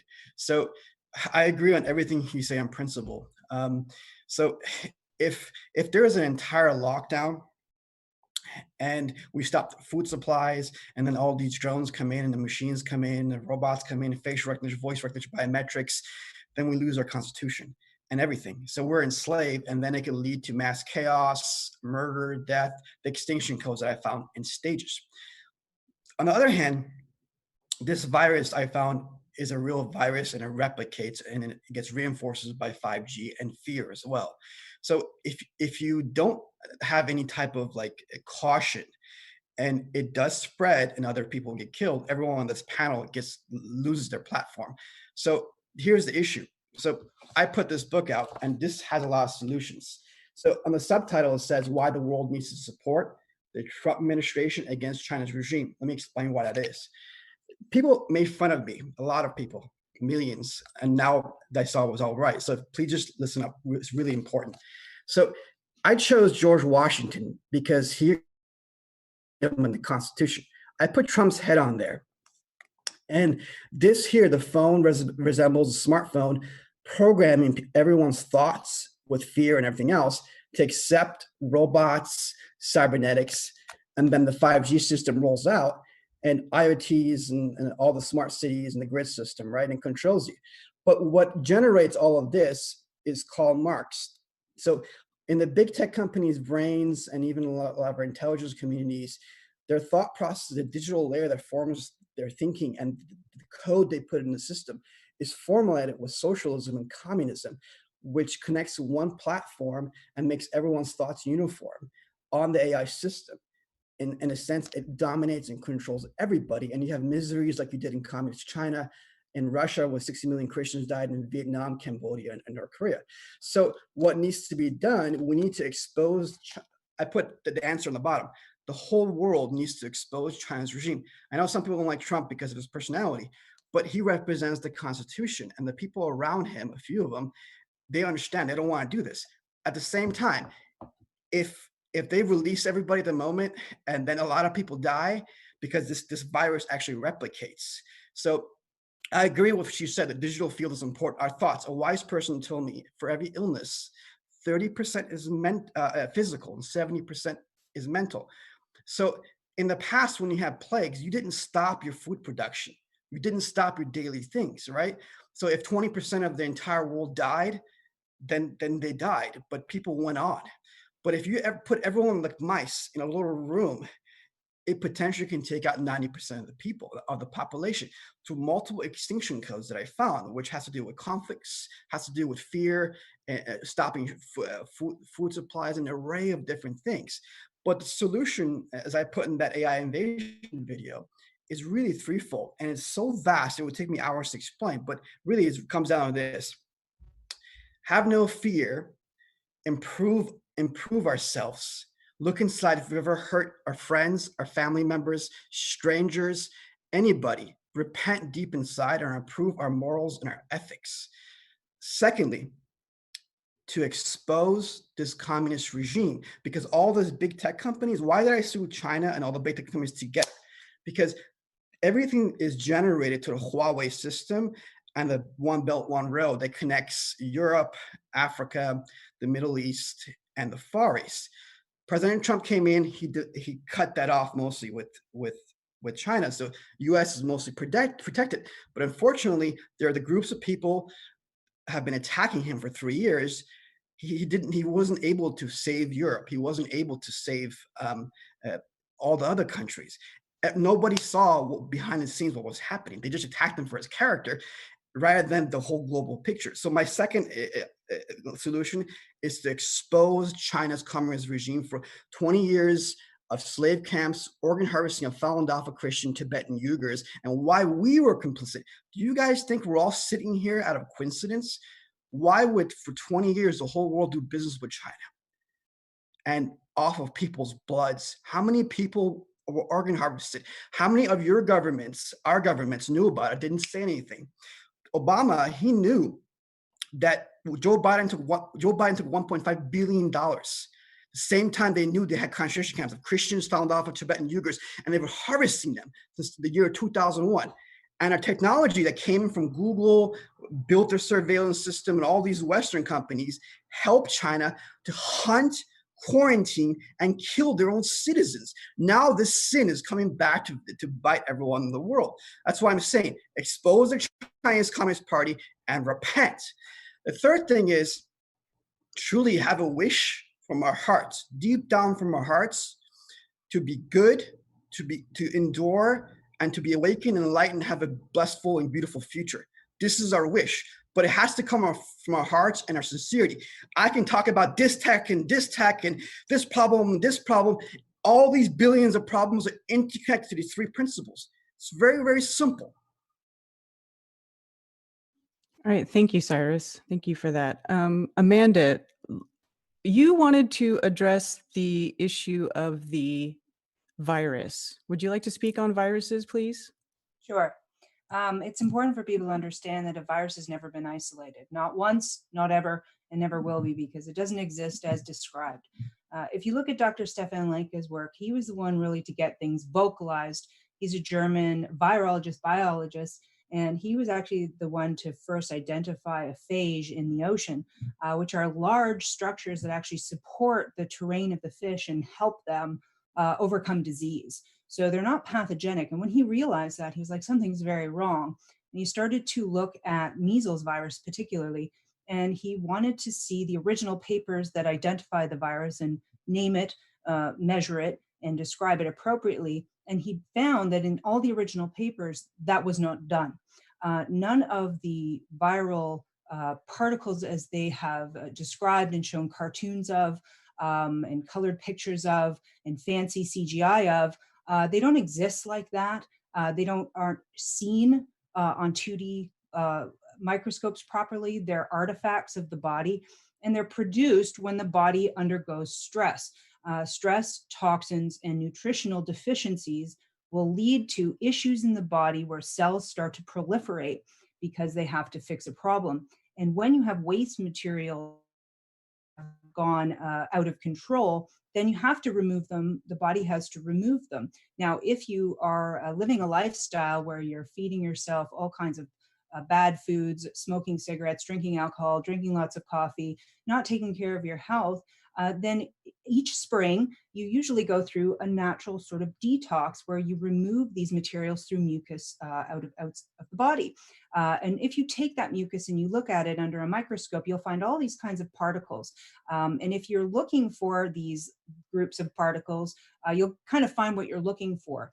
And it's basically like saying flies have caused the garbage that you made, but no, you make your garbage and then the flies are attracted to the garbage. So same thing in your body. You make the garbage, your own microbes go to work pleomorphically, polymorphically, meaning they change shape. So a bacterium becomes a fungal form, becomes a viral form, and so on. Not to make you toxic or make you sick per se, as they've described it, and give you bad things, but to actually assist the body to remove the poisons from all the tissues and remove them appropriately. If you're in a nutritional deficiency state, then what's going to happen is you can't remove it appropriately through the liver and through the kidneys.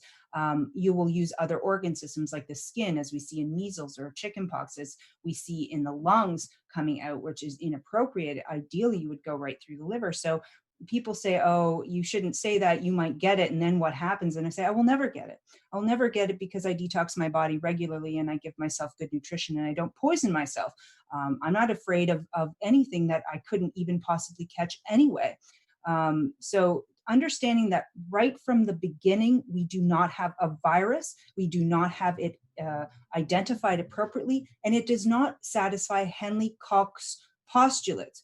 And even in the original papers from COVID, from China, it states in that research that it does not satisfy Koch's postulates, which means if you take an isolate and you remove it and you put it in a healthy individual, you should be able to make that disease appear. They have not done that work. They cannot do that work, because if they were able to actually isolate it and do that and try to infect a healthy subject, nothing would happen. If you look at any study done on contagion, what they have to do in order to produce a disease response is poison the host. It's exactly what vaccines do, by the way. If you actually could make a vaccine with just the isolate of what you were trying to promote some sort of immune response from, say, even a bacteria, what would happen is nothing, because you have to first poison the host in order for them to go through a violent response and produce cytokine storms and all these kinds of immuno particles to get this absolute non-self out of the body. And that's why vaccines don't work unless they put the poison adjuvants in, the metals and the polysorbates and the antibiotics and all of these violent tissues that don't belong in your body. So right there, we don't have contagion and we don't have viruses. From the research, from the base of the history of it, and I always encourage people to go read Dr. Stefan Lenke's work. If you're new to this, if you're trying to understand this, you cannot take a virus and put it in a biological lab and make some Frankenstein monster, because the second it hits air, the second it hits the sun, it's over. It denatures. It's done. It dehydrates, okay?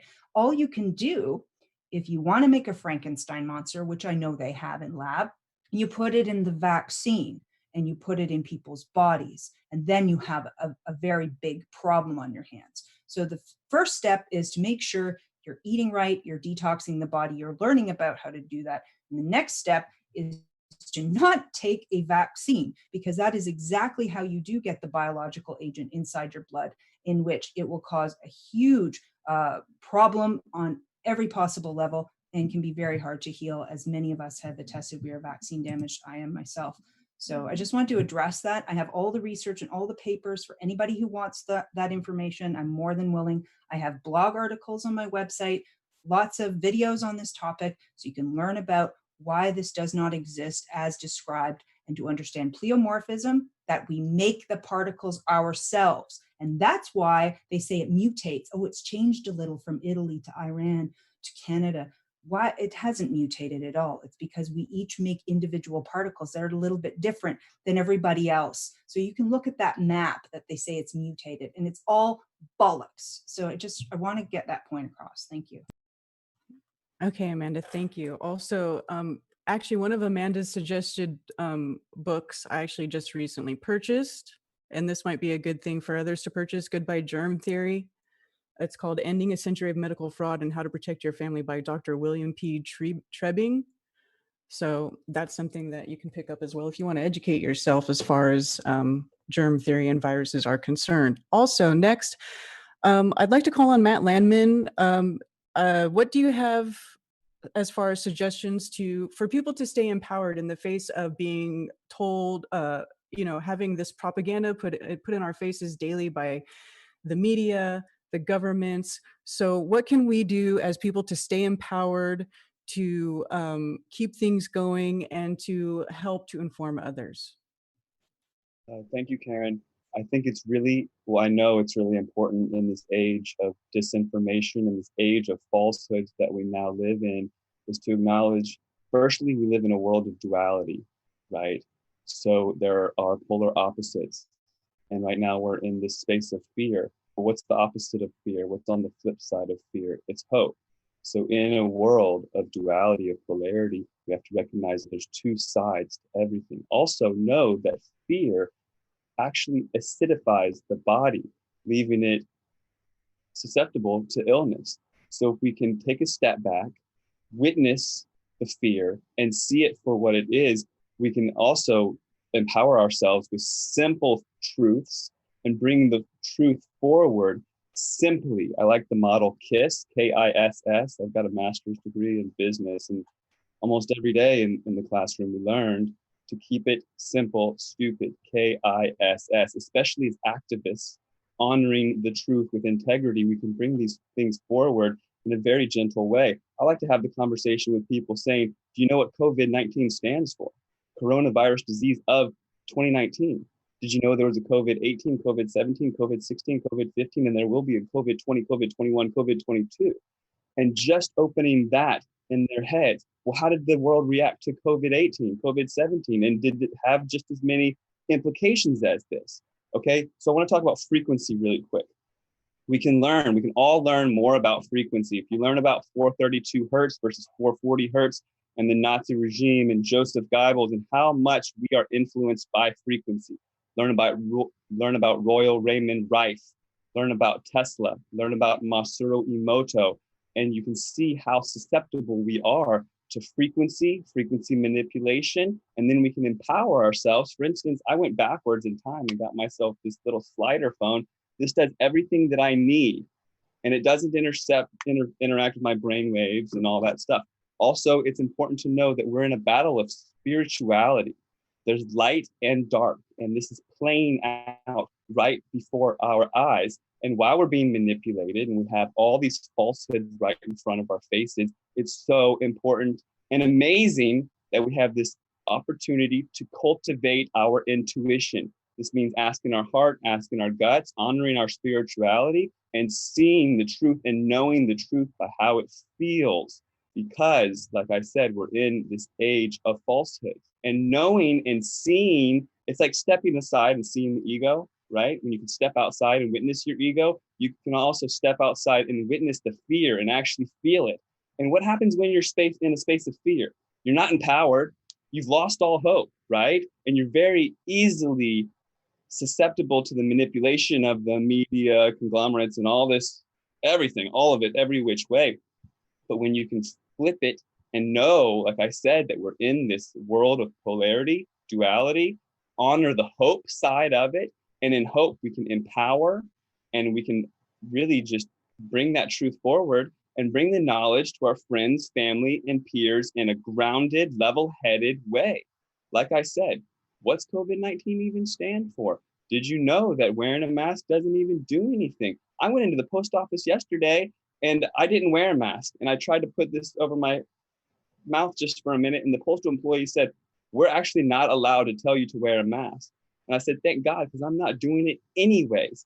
But just these little simple things, honoring our spirituality and that we're here for a reason, right? We're here to bring the truth forward for the children, for the next generation, honoring that truth and shining that light. We can really lead by example, by not being in that place of fear, by being completely empowered, standing our ground, leading by example. Thank you so much. Thank you, Matt. Shai Dannon, do you have something to add to that as far as anything, any sort of legal actions we can take in mind for these new measures that they might be putting in place as a result of this live exercise? Well, actually less about the legal side, but I want to take it from where Celeste left it, and Cyrus, and Amanda, and Matt, and actually refer to what the four of them just said. And I really agree with what they said. I mean, we need to remember, A, there's a war going on. Also, it's been started long ago. And a lot of steps in this war we are not aware of, and they've already been run through an AI computer. So they know what's ahead of us, but we don't. Still, we need to remember that God, the Creator, is on our side. And we were created according or by his image, and we have this advantage on our side. And you know, we are such an amazing creature. They need to create an alternative reality to fool us or to lead us into believing there's a virus, real or fake, doesn't matter now, but to make us believe there's a virus, trying to push down our throat this 5G system, trying to push down our throat the vaccination with all the gadgets that follow it. And we need to agree in order for all of this to happen. So I want to take everything back now to step one. We should not agree. I'm not here for survival. I don't want to go and hide in the bush like Hunger Games. This is not my game. This is not my cup of tea, and I don't think anyone should have this as his cup of tea or hers. I'm here for winning, not for surviving. Not just, okay, I'll have the vaccine. Does it have the chip? No way. This is a war for life and death. I do not agree. I do not consent to live in a world where my child has to take, mandatory vaccination with chips and antennas and AI controlled. No way. It's either we win or we don't. I'm not here for survival games, Hunger Games, and although I have my garden and I educate myself and others about these things, I don't think this is where we need to go. We need to stop it here and now. And in order to do that, we need enough number of people getting up and saying enough is enough. That's it. It's just what I wanted to say. Thank you. Okay, thank you for that, Shai. Sure. Kate Shamarani, you would like to add to that as well? Kate? Is she muted? Hi. Oh, there we no, go. I'm unmuted. First of all, I just wanted to bring in, going back, and I'll come back to what Shai said. What a lot of people don't realize, we're talking about everything that's happening together, very, very softly, like what's happened looking back through history. We don't have all this foisted on us all at once. It's a gradual thing. It's gradual. Little bits get taken away from us. We accept it. And then a little bit more gets taken away. We accept it. So at the moment, there's all this talk about mandatory vaccines. So, and now, we're being told that we've all got to stay social distancing, stay home. Everyone's accepted it. Most people have. And then it's going to be down to everyone's going to have the test. And most people accept it because they want to get back to what they think is normal, but normal's gone. And then it will be the vaccine. So it's a little bit like they're just going to drip feed. Now, first of all, the hospitals were built all over the UK, the Nightingale hospitals, which if you are building it from a point of view of cross-contamination, infection, these are just great big open rooms with lots of beds, lots of ventilators. And then in May 2020, the new law, guideline, whatever you want to call it, act comes in. Unless you opt out, everyone is an organ donor. Everyone. Well, you can't be an organ donor if you've had cancer. 1 in 2 people in the UK have cancer in their lifetime, and that's soon going to be everybody, I believe, by 2050. So who would make the best organ donors? Well, that would be children and young adults. So why do we have all these hospitals? Why do we have all these new ventilators, these great big sprawling open rooms? What are they sitting there for? I've never known anyone build anything unless they're going to use it. And then we're ranking up the 5G, which is all in, and it is in. It's being laid out while all the kids were sent home, so they all missed their exams. It's never ever happened in my lifetime. Some teachers, head teachers I was talking to, every single school, they were all sent home. They've all missed their exams. So jumping ahead, I'm starting to think, what do they have planned for this pandemic? That it's all going to be ranked up. Everyone's going to get sick. So going back to what Shai said, it's okay. I'm not frightened at all. I'm a Christian. I'm 54 years old. God decides when I die.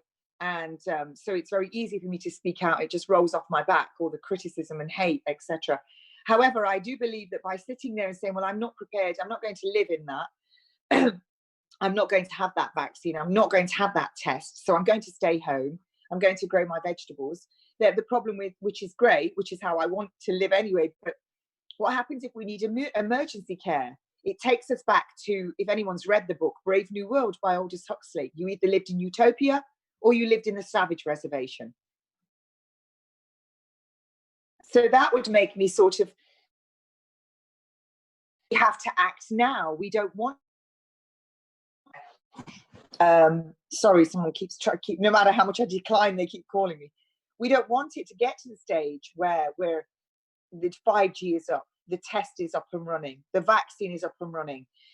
It's a case of safety in numbers. That we're a huge population in the world, and we all need to literally get up off our knees and rise to this now and say we're not actually going to have any of this now, because if we don't, we're going to literally have utopia and the savage reservation. And the savage reservation, Aldous Huxley, incidentally, was a member of the Committee of 300. Everyone hailed his book as a science fiction book, but it was actually a blueprint for society. And that's exactly what you see happening now. That's exactly what they're bringing in. All of what was in his book. And I would really advise everyone to read it. So I think to wait and try and live alongside this utopia will not do anything really for any of us. And certainly I've got 4 teenagers who have gone through the system. I would say that 3 of them were very brainwashed, and they're going to be into it.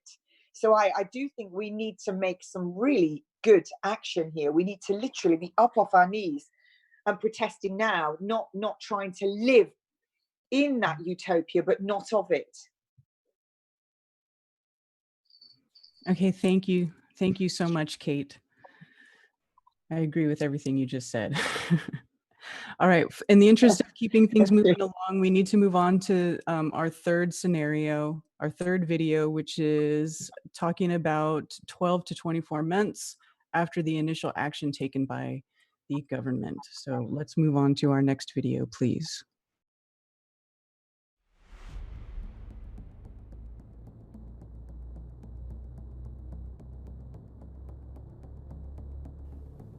As the pandemic escalates, food starts to run out.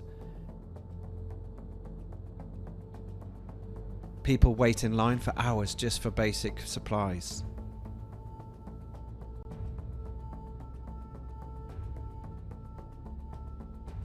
A mandatory vaccine program is rolled out across the world. Civil unrest becomes more commonplace, with widespread looting and rioting.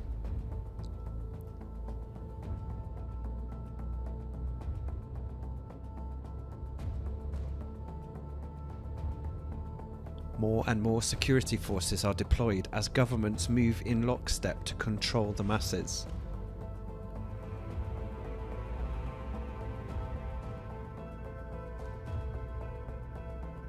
World economies crash as consumer demand and family incomes dry up.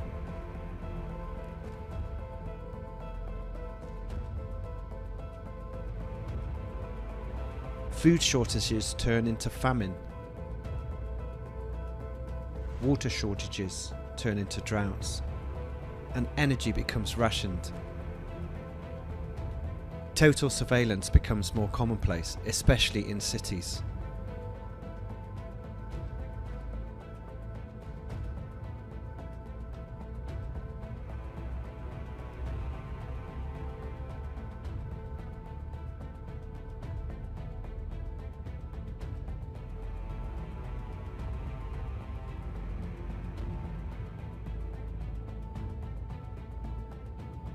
Detainment camps are used for punishment for disobedience, with even stricter quarantines being enforced, and the death toll increases.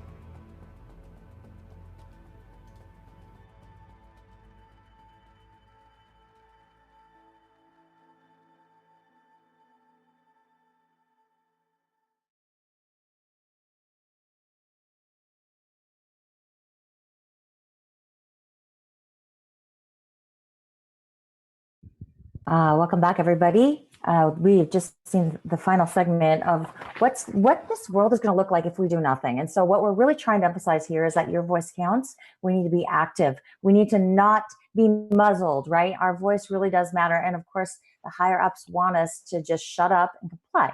And we've really gone over a lot of that. But now I want to talk about, let's say things happen. The grocery store shelves start to become empty. What can we do now at this point in time to be able to prepare for that? To network with other people, possibly, find farmers, find people who are growing their food, set up a trade situation, start stocking beans and rice. It's not to be an alarmist. It's to say, hey, if we are so tied to supermarkets, the electric company, our water supply, and all those things, can we do things right now to help us feel like we have prepared? Not to make a run on toilet paper, right? Because that obviously has created a lot of fear in everybody. But what can we do now? So would anyone like to chime in on that?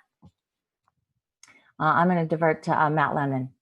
Hi, I'd love to talk about it.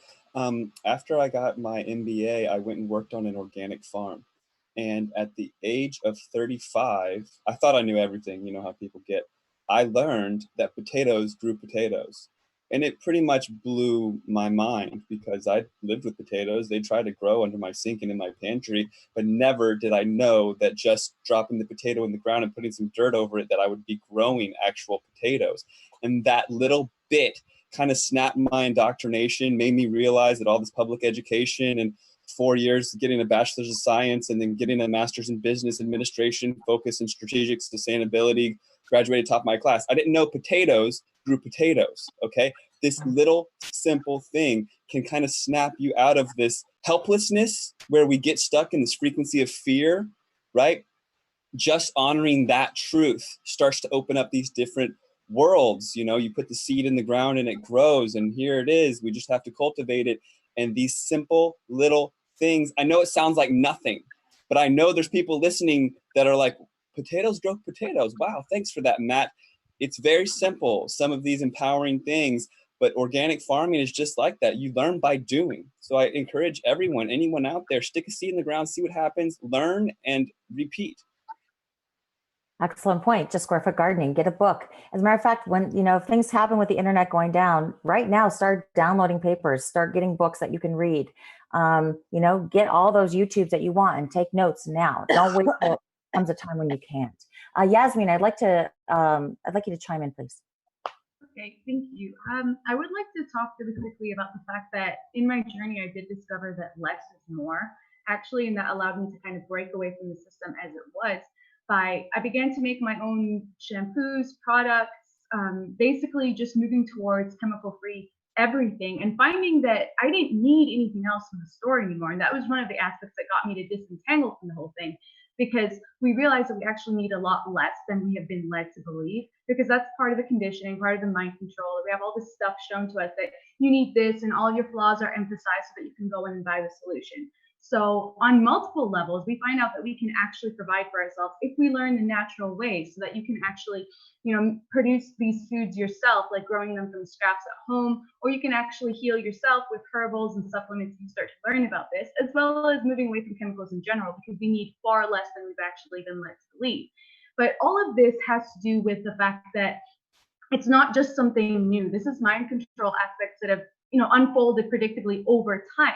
And one of the things that I want to chime in with right now is that they have very predictable ways that they play out. So our main strength in this is the ability to see this pattern and essentially intercept it. Because once you understand what this stuff is, you have infinite creative potential to just evade it, to dismantle it, to move forward. So the empowerment actually comes from within our own bodies and our own frequencies. So if we're able to actually control what goes into ourselves, and like Amanda was saying earlier, expanding our heart centers, basically working on our own frequencies by moving away from toxicity, controlling what it is that we do with our own selves. It starts with the self. And the last thing that I want to say is that everything that we have learned about science and truth and health has been inverted. So if we're going to use inverted truths to try to help ourselves, we're not going to be doing anything at all. And the number of cases that actually come through medical malpractice, people dying because of the drugs that are being given, is astronomical. So once we actually start learning that these things themselves don't even add up, don't even work that way, then you can start to question and realize you don't need their cure. You don't need their purported cure, because you can actually do it for yourself. But it's not just that. I think we're all here gathered today talking about this because of the fact that it would strip away people's rights. Like, you want to go get your vaccine, brilliant. Other people that don't want to should also have the right to not get it. And that's where it comes in, like Shai was saying, we don't want to go hide under some rocks, because the vast majority of people are conditioned and traumatized into believing this is the reality of the world. So at the end of the day, it takes your voice and your own frequency standing up and saying, well, I have the right to do otherwise. And that empowerment is in your hands. And I'm really grateful that we can do that. Great point. I'd like to direct the next question to Dave, allegedly Dave. What do you think about the people who say, well, if you don't get your vaccine, then you're spreading the disease, or my vaccine only works if you get yours? So Dave, could you talk about that, as well as any other things you'd like to add?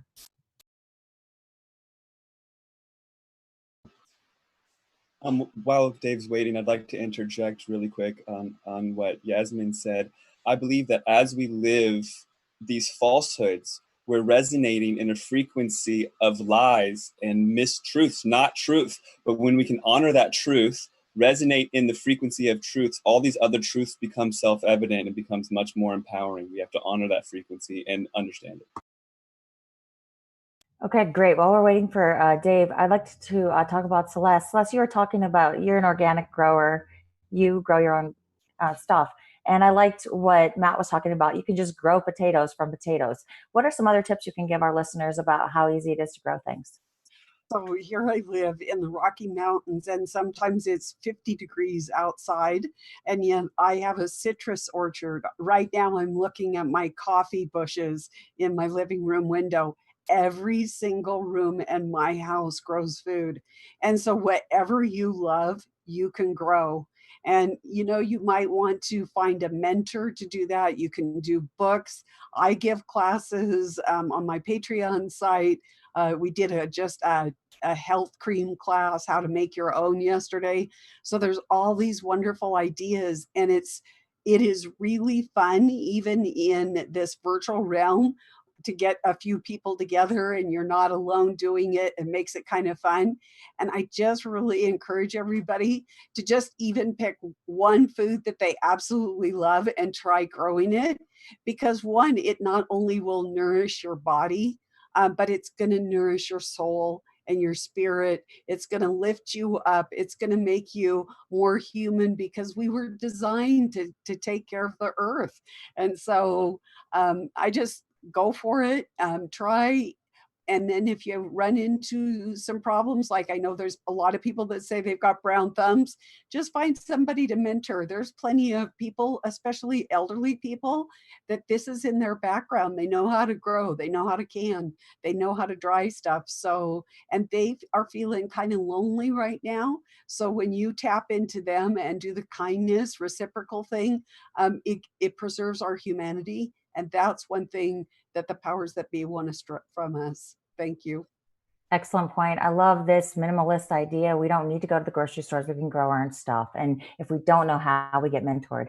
Dave, I wanted to talk to you about vaccines and this idea that unless I get vaccinated, your vaccine doesn't work. Could you talk to us about that? How they're trying to instill that their vaccines only work if 100% compliance, such as Bill Gates is trying to accomplish. And then, of course, add anything else you'd like to add. Right. Well, I mean, it's a ridiculous idea anyway. But I think more importantly, before I say anything about that, more importantly, is I see a lot of fear at the moment because, you know, I think somebody brought out that the law has changed in England, that now the law says that you know, they can mandatorily vaccinate us. Right. Well, I actually went and looked at this new law. I couldn't find anywhere where it says that they can do that. And in any case, there's no way that they can ever make you take a vaccine. They can bully you. They can coerce you. Yeah, they've got lots of different ways of coercing you, but they always need your agreement. I think it was Matt who said, it was either Matt or Mark who said the same thing, but they always need your agreement. And I keep telling people that the best way to deal with it is to conditionally accept it. Okay. I've got a couple of documents. I'll put them out. I've put them out before, but I'll put them out to anybody who wants to have a look at them. But you basically say, yeah, I'm happy to take your vaccine on the condition that you show me, and I've got 8 or 9 things that I asked them, but and condition you show me placebo-controlled double-blind studies that show that they're safe and effective, and you know, things like that, things they haven't got, things they can't actually provide you with. In which case, if they can't provide you with them, they're actually agreeing with you that these things aren't safe. And along with that, I give them I provide a liability statement, basically saying that the doctor, if he signs it, takes full commercial liability for his actions, which is what he should do, right? You know, if he's going to try and force a vaccine on you, he's got to take a responsibility for it, shouldn't he? You know, so obviously, doctors will not sign that. You know, they won't sign it. They won't be able to give you the proofs that you asked for. And that leaves you in a stalemate because should anything happen, if they give you the vaccine and should anything happen to you, well, now you've got a legal standpoint to show, look, you know, he had the opportunity not to give it to me and I accepted it, blah, blah, blah. He's now liable, and no, they won't sign it because they know that's where it's going. So I just wanted to say that it's right now there's a lot of fear around this idea of mandatory vaccines. And they like to put that out because they know that there's a high percentage of people out there who will just go along with it because, it's mandatory, so I better do it. Yeah. Excellent point. Dave, I can't hear you. Did you want to finish your thought? We'll come back to you, Dave. I'd like to address the same question to Kate about vaccines. What about this notion that your vaccine only works as good as if I get it? Can you talk about that as well as anything you'd like to add? Well, it's quite ridiculous because if they really understood, huh? Sorry, Dave. Kate, we'll come right back to you. Dave, you're cutting out. Can you hear us? We're going to try to get allegedly Dave back on. In the meantime, Kate, could you finish that thought, please? Well, if their vaccination worked, it wouldn't matter if somebody else wasn't vaccinated.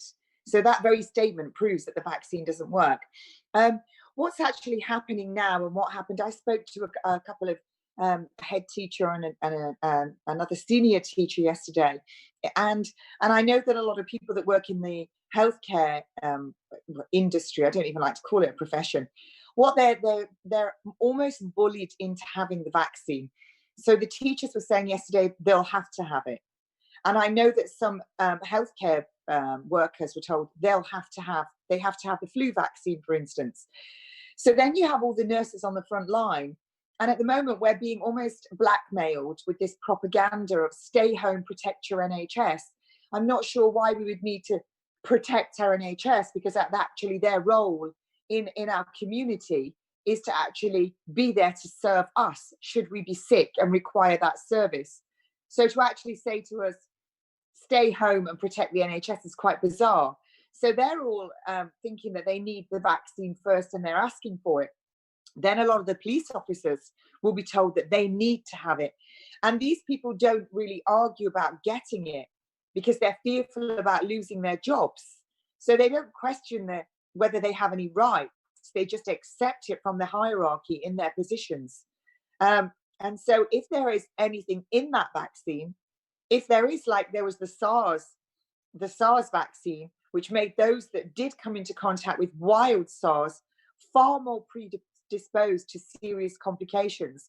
One would always question what is in that vaccine that they are actually unleashing on the population, and does that indeed put the rest of us who haven't had it at a greater risk? And it also destroys herd immunity as well. Excellent. Conscience resistance, would you like to add to what Kate said? Yeah, I'll just add to the topic a little more generally. This is Derek Brose, the Conscious Resistance. First, I do want to address, Yasmin and others have definitely made some good points about us not getting sucked into fear and recognizing the power that we have, and the power that we can put out there, as well as Matt talked about that. And I just want to direct everybody to my shirt. It says, "You are powerful, you are beautiful, you are free." This is a positive affirmation that I use and I end every one of my videos with. And I just want, for a brief second, anybody who's listening, the 4,000 plus people we have, to take a deep breath and to repeat that. Say, "I am powerful, I am beautiful, I am free." Anybody who feels inclined, because these are the messages that we need to be getting into our minds, into our train of thought as we take on these very difficult situations. There was a discussion about the law and whether, how the law has played into or may have changed. We just need to be real and accept that if you live in the US, you live in any country that has the Constitution or some semblance of freedom, privacy, liberty, that those things are only pieces of paper. And the governments have already proven that they do not respect them. They do not value them. They're not going to listen to them. They're not going to listen to your petitions. In some instances, we can get them to back off and back down, but ultimately, we're playing within their field. And that's not meant to instill fear or be negative or whatever people want to say. It's the truth. Is the truth that these people have control. We were born into this world. The way that we do get out of that is what some people have suggested: growing your own food, unplugging. That doesn't mean running away. I think there's some misinterpretation sometimes. People think it's about running away. Some people are going to stay in their home communities. They're going to stay where they're at. But we have to be able to accept that the Bill Gates and others, they're not just going to go away after this year, after this coronavirus, or after that. They're going to continue to push their agenda. So it might not happen in 2020. Think about Agenda 2030. We're in the beginning of a very difficult decade where 5G, the smart grid are all coming live. And all these things are just facts. They don't have to be negative or positive. They're just facts, things that we are existing with, and we get to decide how we respond to them. So it's important to understand that. And I think that we need to remember that good people break bad laws. Just because something is a law or the state says that it's required, for example, they might say it's required to get a mandatory vaccination or to have an immunity passport or to do whatever kind of crazy things we can dream up. If and when those things happen, if you're isolated, if you are an individual, you will have a much more difficult time and ability to thrive, because we don't want to just survive, as somebody else said. We want to thrive. This is why I emphasize freedom cells and communities. And for anybody who's interested in that, we have a website, it's a social media site, not like Facebook, not like any of the others. It's a map that's meant to help you find other people, to build cells, circles, groups, hubs, whatever you want to call them. It's just freedomcells, CELLS.org. You can join there. You can add your skills, your interests. Somebody in the chat was asking, what if I just live in a flat? You can grow food no matter what environment you're in. So those are the two main things I want to emphasize. And I don't want to sound like a broken record, but whether we're talking about 5G, vaccines, what have you, the answer is community. The answer is us coming together and working together and empowering each other. So I just want those two terms to stick in your head: freedom cells and permaculture.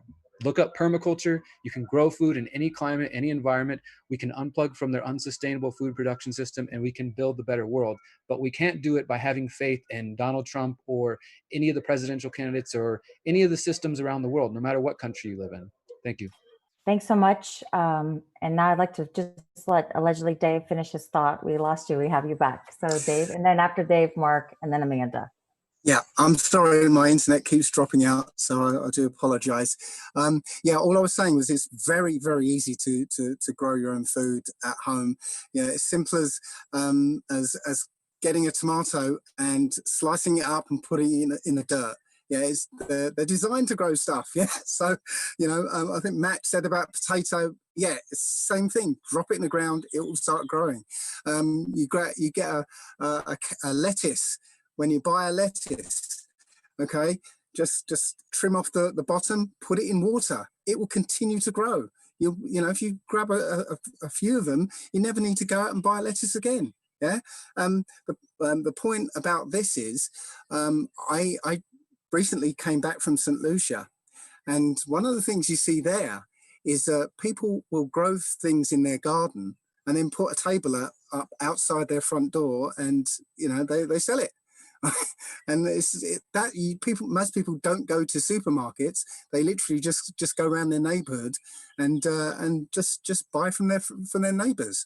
Yeah, this is what I think we're going towards. If this really comes off, then we're going to go to a kind of black market economy that's running in parallel to this technocratic one. So that's all I wanted to say about that bit. Thank you so much, Dave. Mark, you've been waiting patiently. After Mark, we're going to hit Amanda, and then after Amanda, Shay.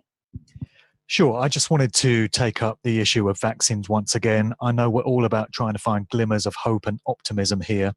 And I feel the subject of vaccines is where this narrative that the controllers are driving may come unstuck. Because it's been my personal experience from conversations that I've had, and a lot of other people have messaged me to tell me they've had the same experience. There seems to be a lot of public awareness of the fact that vaccines aren't entirely safe. And this is among people that wouldn't ordinarily question mainstream narratives. So when it comes to this whole virus thing, they're probably buying what the BBC Evening News is telling them about the wider subject. But when it comes to vaccines, there has been so much controversy about it. There's been so much debate about it. It's in people's minds that vaccines aren't necessarily as safe as we're being told they are by mainstream sources. And also, vaccines in this whole situation are very much coming with Bill Gates's name attached. And I can tell you from personal experience, again, from conversations that I've had and from looking at Bill Gates's social media pages, and when you go on YouTube and you look at the comments beneath any interview that Bill Gates has done, his name is dirt right now. Bill Gates is getting savaged on every chat thread going. People are wise to the fact that he's Mr. Eugenics, he's all about population reduction, he's evil because that's his true nature. He's not what you think he is. He's not just this harmless, nerdy computer guy. He's deeply sinister. He's creepy. There's something about him. People know this about Bill Gates. So I think they're going to have to find themselves a new poster boy to push this whole thing, because anything which comes with Bill Gates' name attached, I feel is doomed to failure now. So there is some hope there, because there's a big pushback against vaccines, and that's been as a result of alternative information being able to circulate, and the likes of us doing our thing and going against the mainstream narrative and offering people alternative information. I think we've seen some success in the pushback there's been already with vaccines, and that's got to continue in other aspects of what's going on here. But there is reason for hope and optimism there, I would suggest. People are waking up. The power of activism. That's right. The power of activism. That is what we are trying to accomplish here today. Amanda, I know you've been waiting patiently. After Amanda, I'm going to hit Shay.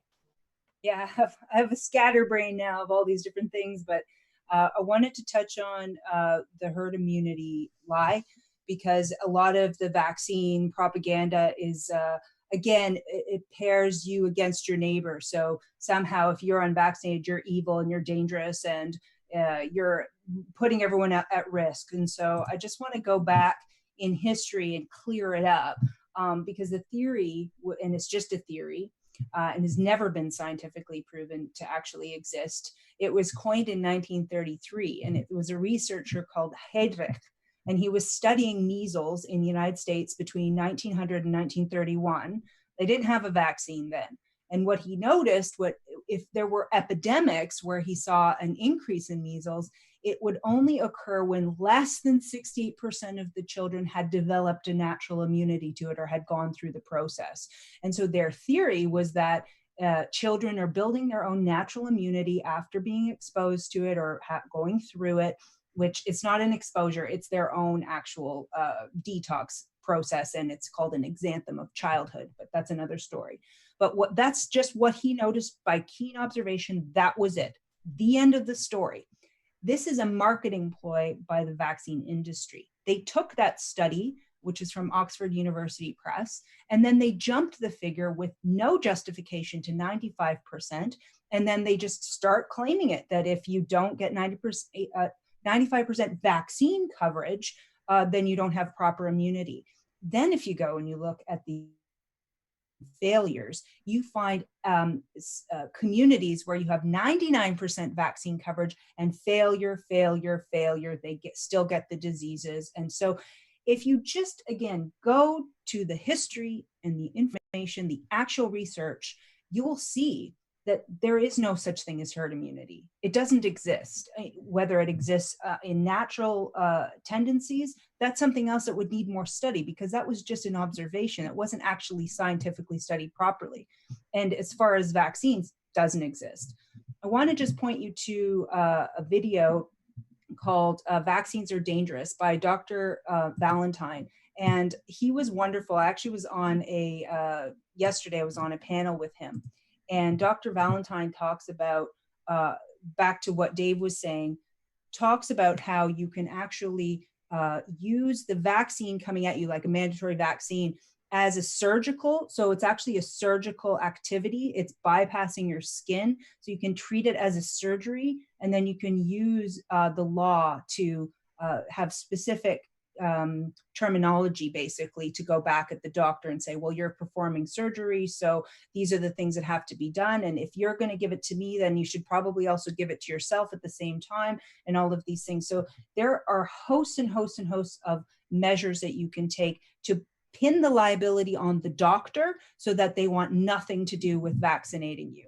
And then the other thing I want to mention, just as we were talking about foraging or growing food, was that there's a man by the name of Pascal Baudouin. I'm sorry, I can't say his French name very well, but he is a master at wild foraging. So growing food is one thing, but going and identifying the food that actually exists and already grows all around us is another whole thing.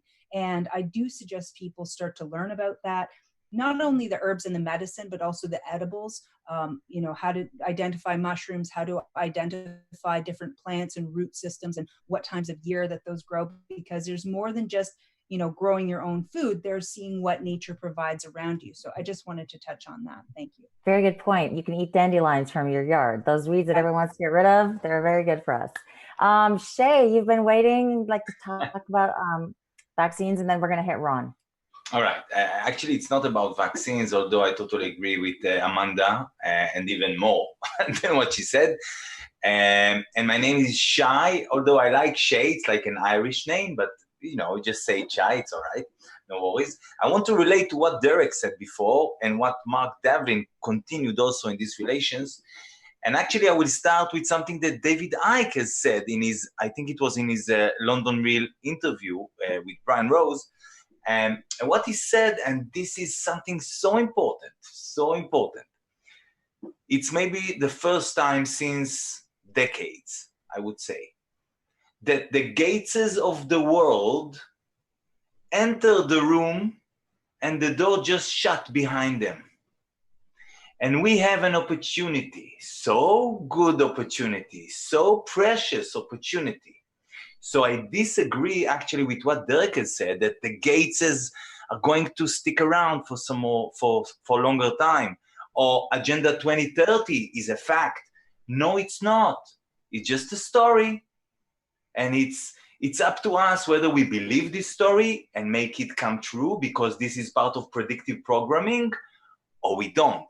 And since Gates or Soros or whatever you, all these, you know, the Gateses of the world and the Faucis, etc., they enter the room and the door just shut behind them.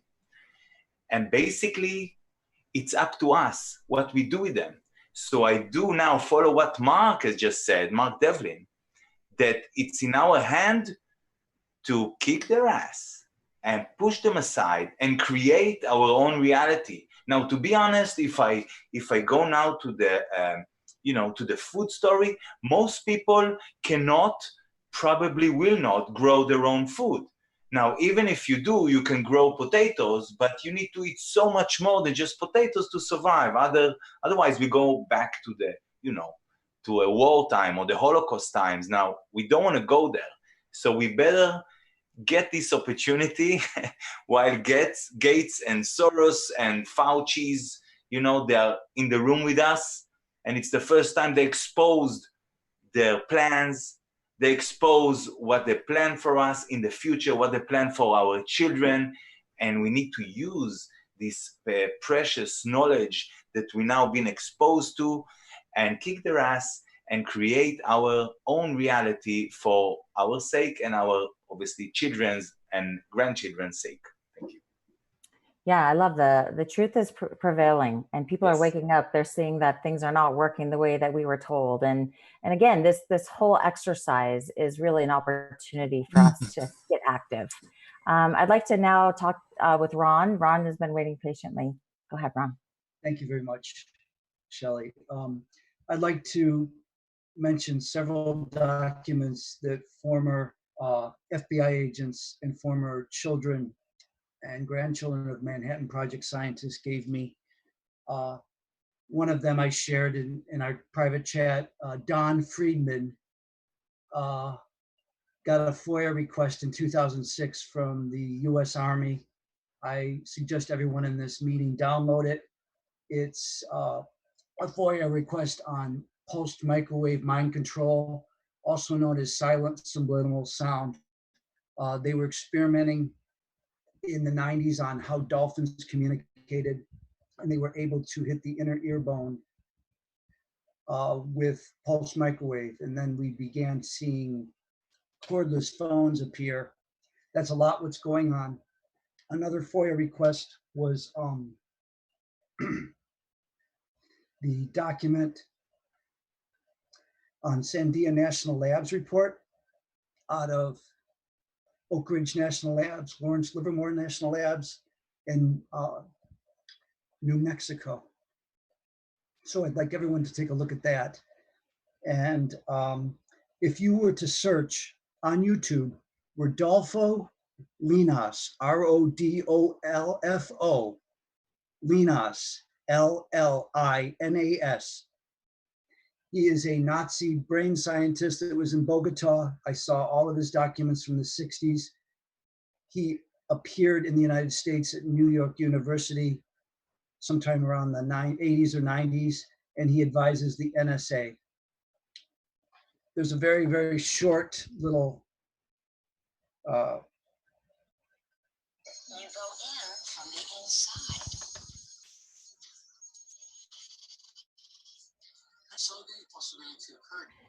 Hey, Ron, we'll leave a link for that in the description because I don't think people are going to be able to see it from here. But if you could just kind of briefly summarize it for us, and then yes, we'll leave a link for it. They're using nanostructures to go into the brain and plate out features, or plate basically like a crystal radio in the brain.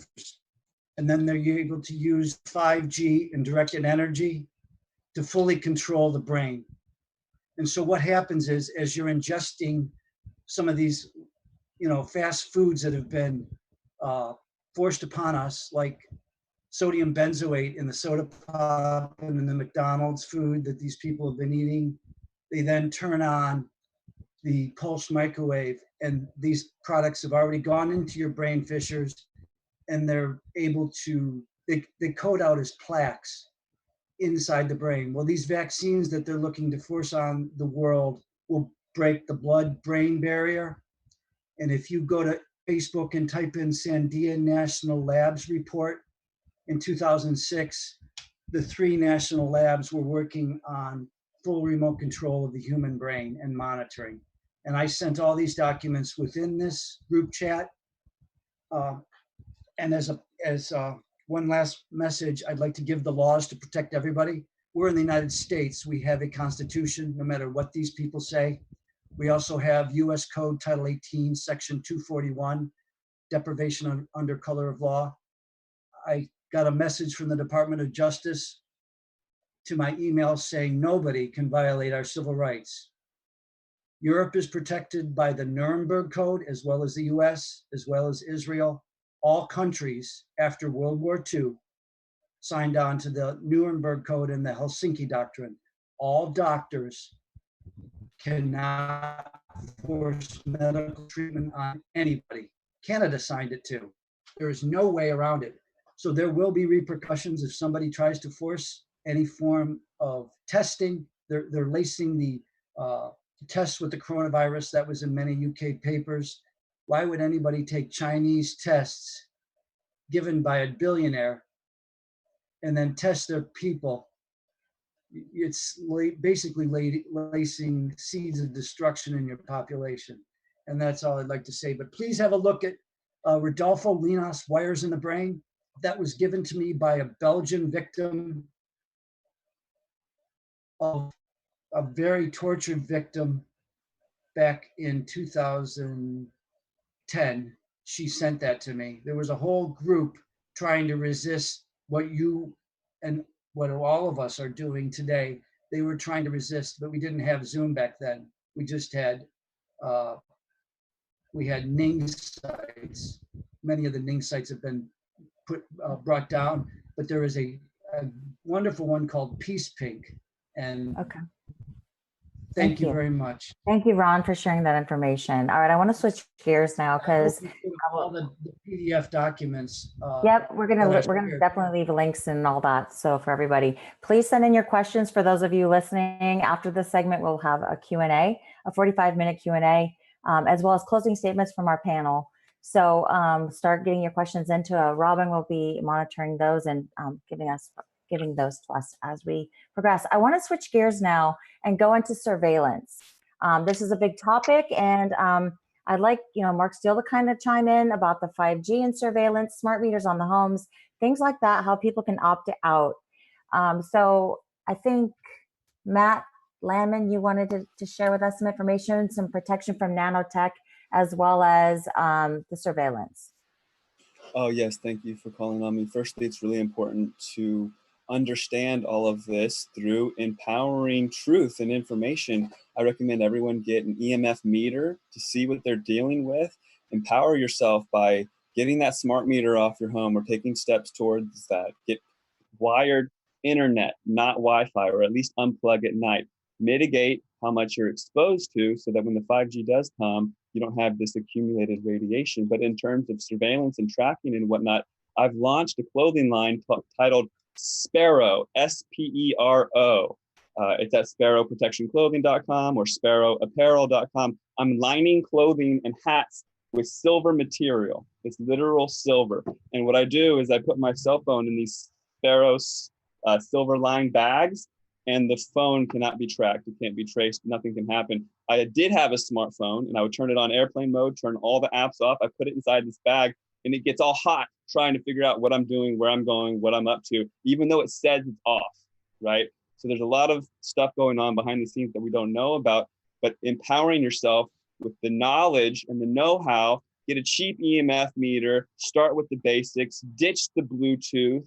There's all these little things that are promoting and prompting us for this transhuman reality, which I think a lot of this 5G and all these things, injections of nanobots or whatever you want to talk about, or these chips and stuff, it's all a transhumanism agenda to disrupt our spiritual evolution, how I see it. And if we can empower ourselves with the understanding and see where it's all going, I mean, I hate to promote the clothing line, but there's other options out there. but especially knowing that you can protect yourself, knowing that there's options, and also mitigating what you're being exposed to now. You know, don't be afraid of your peers, what they're going to think. Go backwards in time, get yourself a nice little flip phone, and stop radiating yourself, especially when you're in bed. You know, like when you go to sleep, get all those devices out of your bedroom. There's a lot of simple things you can do to mitigate this before we're pushed into this new world agenda. Thanks so much for that information. Great solutions. You know, they always say that I found out you can actually paint your house with boat paint, which has lead in it, and that helps to shield you from things. So hopefully that won't be gone. But anyway, okay. Sorry, really quick. Lead-based paint. I feel like that we've talked about how this agenda started even a century ago. I think lead-based paint was taken off the market because the powers that be, they saw this 5G rollout and all these things, and they knew that the lead-based paint would actually be our savior. So lead-based paint was demonized, saying that but it was actually the leaded gasoline. So they switched to unleaded gasoline and told people that kids would paint all this stuff. Kind of a long game. So yeah, so go to your dentist office, find out where they have those shields and get yourself some, right? Or get some boat paint that has lead in it. You can still paint. And I think shungite is another thing too you can put into your paint. Allegedly, Dave, I want you to talk to us, please, about some solutions.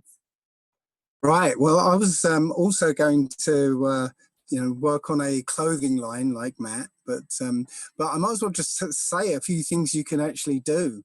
One of the ideas I had was a shirt.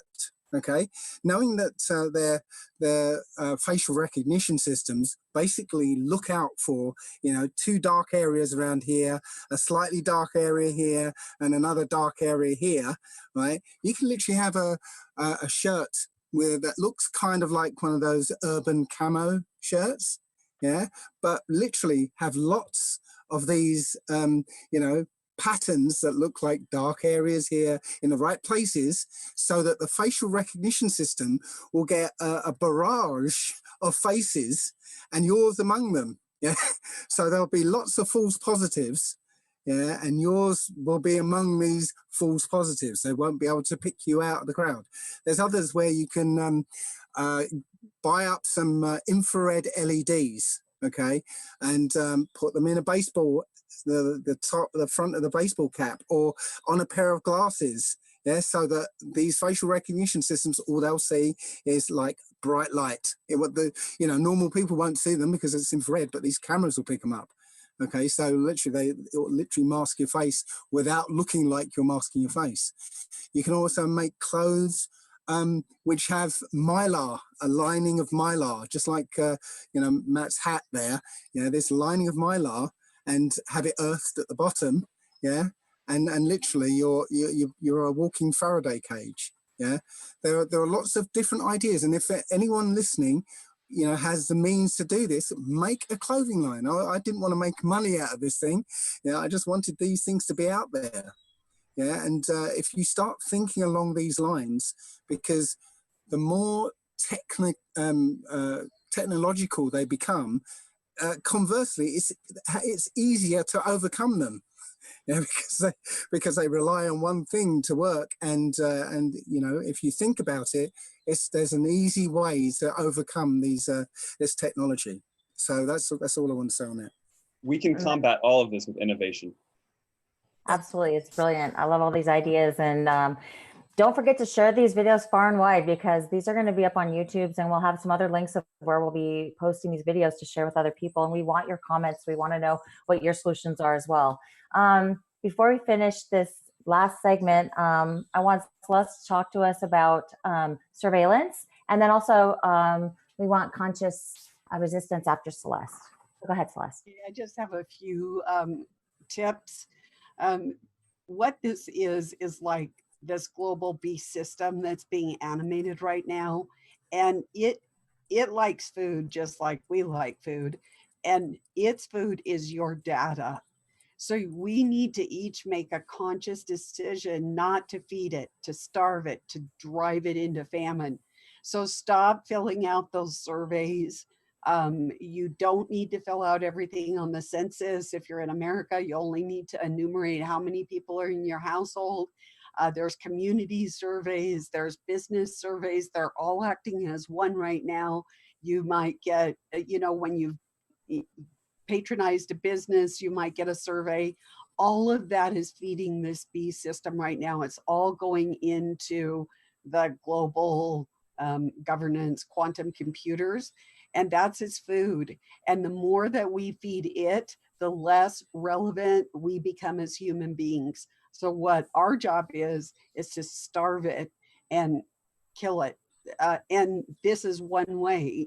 Clothing is good and these other methods are good, but this is just another way to, at least, even if it's just for yourself, you're not giving it the information on you to build that dossier that can become weaponized against you later on.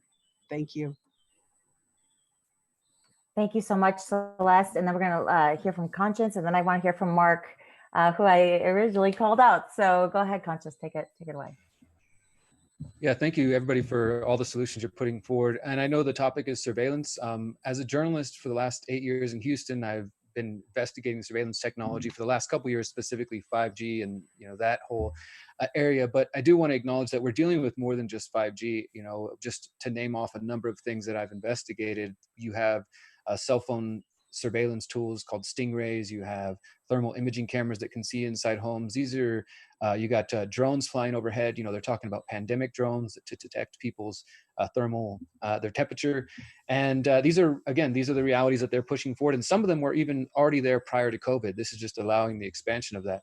And we also have examples in 2019 of activists in Chile using lasers to bring down those drones. Activists in China using ropes to pull down facial recognition cameras and smart lights and things of that sort. This is a strategy that's known as monkey wrenching. For anybody who's interested, just look up that term, monkey wrenching, because I've interviewed and talked with folks young and old who say, if they build that tower in my community, if they build that smart light, if they bring that drone, I'm not going to allow it. I'm going to knock it down or do whatever. People have different solutions. So, if we cannot stop them preventively, people, I think, should look into what would happen after they're already there, how you protect yourself. And also, to Matt's point about going backwards in some people's eyes towards a dumb phone. I think that's definitely a good strategy. And then also just kind of understanding that it's the GPS signal that's the real problem. When they talk about contact tracing, which is basically the Big Brother program that we're hearing they want to use to track people to see if you've been infected and if you've been vaccinated and all that stuff, it's your smartphone which is going to be able to lead them to you and to send you messages and tell you are now required to quarantine for 2 weeks, and if you don't comply, you'll face a fine or jail time. It is your phone which is giving you away. These devices, these tools we're using right now to broadcast are very powerful, but they are also part of the problem in many ways. And so it's up to each person to make their own individual decisions, but we need to rethink the way that we're interacting with this digital world. There's a lot of benefits, but there's also obviously downsides that many of you listening recognize. If anybody's interested in kind of exploring this whole thing I just mentioned, I have a book that's free to download. So just go download it. It's called How to Opt Out of the Technocratic State, How to Opt Out of the Technocratic State. And it's filled with solutions like you're hearing from this panel and some other ideas. So thank you guys for being here today and for caring about solutions and for caring about surveillance and privacy. Thank you. Excellent. That's great. And we'll post all these links in the YouTube. I want to go back to Mark Steele about adjusting mitigating technology. Mark, could you talk to us about that, please? And then we're going to follow up with Cyrus and go to the next segment. Well, a lot of people are talking about mitigating technologies. All right, but what I'm going to tell you, the technology is, let's say, a little bit more problematic than that. This is about spectrum dominance. So the mitigating technologies may have some benefit in the very, very short term, but I can tell you now, 60 gigahertz, which is the reactors that have been fitted on telegraph poles in the US as we speak, those reactors will gas the air. So it doesn't matter what sort of clothing or mitigating technology that you have in your home, O3 will gas you at 50 parts per million. The deployment of the kill grid, that's what we're seeing, the plans for the kill grid. I've actually got a document here for Glasgow City Centre, and that deployment of those 5G masts will gas and burn everybody in that cityscape. So you've got cityscapes with multiple transmitter systems overpowered with massive capacity to kill, burn your house down, burn you down in it. So what I don't like to try and frighten people. What I'm going to try and tell people is there's an answer to this, and it is offensive. It is going on the offensive. This defensive tactic where, people want to protect themselves. I spoke to a guy a while ago about who wants to build himself into a Faraday cage, basically imprisoning himself because some criminal enterprise wants to build a weapon system outside his bedroom window. And it won't help because I can disassociate the molecular structures of his home and bring the roof down on top of him. So people have to understand the enemy. They have to understand the enemy's strategy. And the enemy's strategy is to kill all biological life on this planet. People may not like to hear that. They may think that it's a little bit excessive. However, I've looked at the technology. I've been involved in this technology and I've seen it in action. And believe you me, trying to mitigate or trying to do petition or trying to talk to a criminal enterprise are all very, very problematic, because what happens, you're selling a false promise. It's a false promise to people where they think they're going to benefit from some mitigation. There are mitigation technologies, absolutely, but they are for the very, very short term. What people have to understand, the significant existential threat of 5G, it is here to kill. There will be no 6G. There's no 7G. There's no 9G. The 5 points of the pentagram are 5G. This is a satanic plot to kill all biological life. There's no 6G. 6G is what's in somebody's imagination. 5G is a kill grid. The existential threat of 5G, the facial recognition systems, for instance, they use an infrared technology. It is toxic. It is toxic to your skin. It's toxic to your eyes. So it doesn't matter what you wear or what you actually try and mitigate our technology with. The plan, and not just one of the basket of technologies, including autonomous cars, smart meters, the Paradise fires that took the buildings out with the smart meters. That's the amount of power capacity they have. 150,000 times more powerful than your mobile phone. Now, why would a telecommunications company want to fit a smart meter in your home with that type of capacity? It only has one purpose: it's here to kill. So once they get that densification into a cityscape, they'll increase the temperature, they increase the pulse modulation, and across the spectrum, they will kill all biological life. This is the existential threat that we face, and the only resolve to that is to go on the offensive. Legal action, taking actions locally, is what we've seen all over, because unfortunately, the people who've deployed this equipment on us, we've caught them in the most heinous act of all time against the human race, against all biological life on this planet. We'll have to take it seriously. What we'll have to do is tell people the truth. And unfortunately, the truth may be very, very unpalatable for a great many. However, the people that will survive this are the people who will take that offensive action. I don't like to have to tell people this, but this is the reality of what we see. This is the science and the technicalities of the equipment. It is not here to scan, to hold, to manage, to social engineer. That is a total and absolute false premise. That's what your government believe it to be. Your government believe it's here to control, to manage, to social control. It is not. The capacity of the equipment is only for one thing: to kill. The current 5G MIMO transmitters are currently operating on 20% output. They're burning the skin of children in the United Kingdom as we speak. We call it Kawasaki disease. It's just a cover for microwave radiation pollution and poisoning. That's on 20%. As they get full densification, and that's what the plan is, those children will die. Those people will die. They'll be burnt to death in their own homes. That's the reality of what we face. What we'll have to do is face up to the truth about it, and not try and pussyfoot around with some fake government narrative about social control. This is not to control you. It's not to Okay, monitor you. absolutely. It's here to kill you. And we'll talk more about this in the Q&A segment coming up, Mark Steele. You bring up a lot of good points about 5G and the seriousness of it. And I don't think we should take it lightly at all. It is probably like what conscious resistance was talking about, you know, monkey wrenching it. So we're going to have to talk more about that in solutions and Q&A. We don't want to breeze that over. But along those same lines, we're seeing, I want to make this point, not vaccines, but this coronavirus in conjunction with where 5G is being rolled out. Let's just face it, let's call it out. So let's talk about that next segment.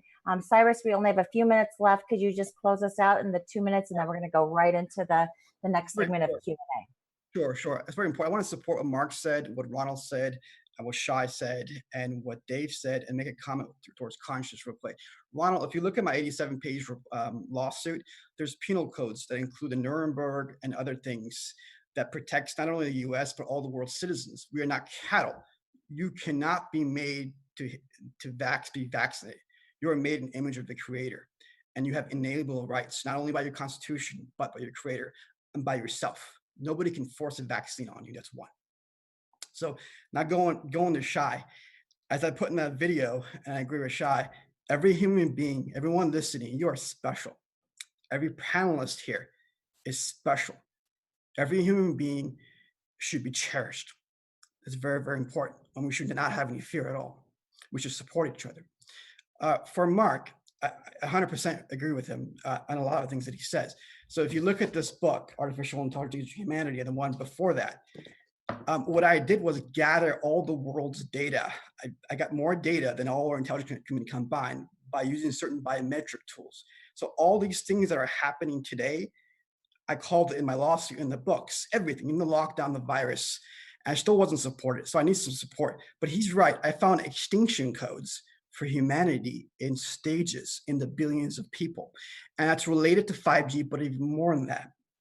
Going to consciousness, he has a lot of good ideas. He's kind of open research things online. What I've done is, this is the AI organization. We have thousands of networks of people throughout every country to pull data from in the past few years, okay? And we use biometric tools. A lot of people got scared. They left when I sued Google on behalf of all the world's citizens and actually all the big tech. If you look at my 40 people that I put in there. So, but what he said, I disagree with him partly. The whole world was attacking President Trump because they knew these things were coming out of China. I even gave reports. They were trying to curtail China. But when you have half the world's citizens running after the president who represents the Constitution and represents everything that's connected, he cannot counter China. And look what happened. So we need to stop. I'm not saying he's a savior or something, but when there's somebody on top of the Constitution of America, and that's the only superpower that can counteract and defend the Five Eyes, which is Australia and England and so on, everybody needs to support that, okay?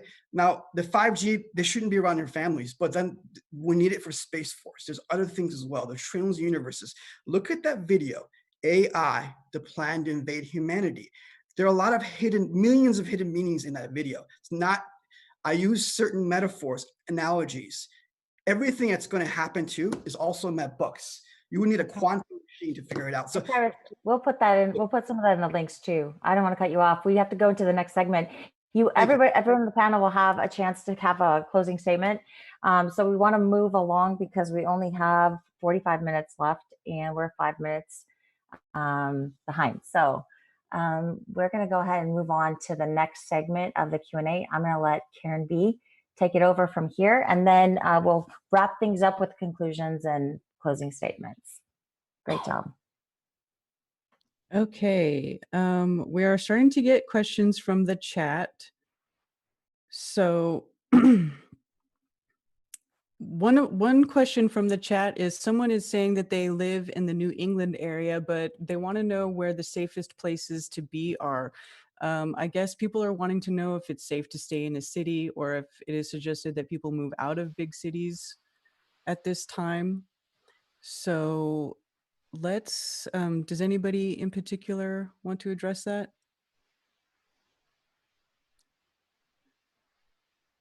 I can address it. Yeah, I can do that. I can tell you. This is Ron Angel. Can you hear me? Yes, Rod. yes, I have a friend, Dave Case, and Dave Case lives off grid. He said there is nowhere on the planet you can go. He said that they hit it with a plasma and then follow it up with pulse microwave. That was a lot of the bunker buster technology that was developed in the 90s. So basically, they can send a radio signal through the earth. Your best bet is to carry some EMF meter at all times.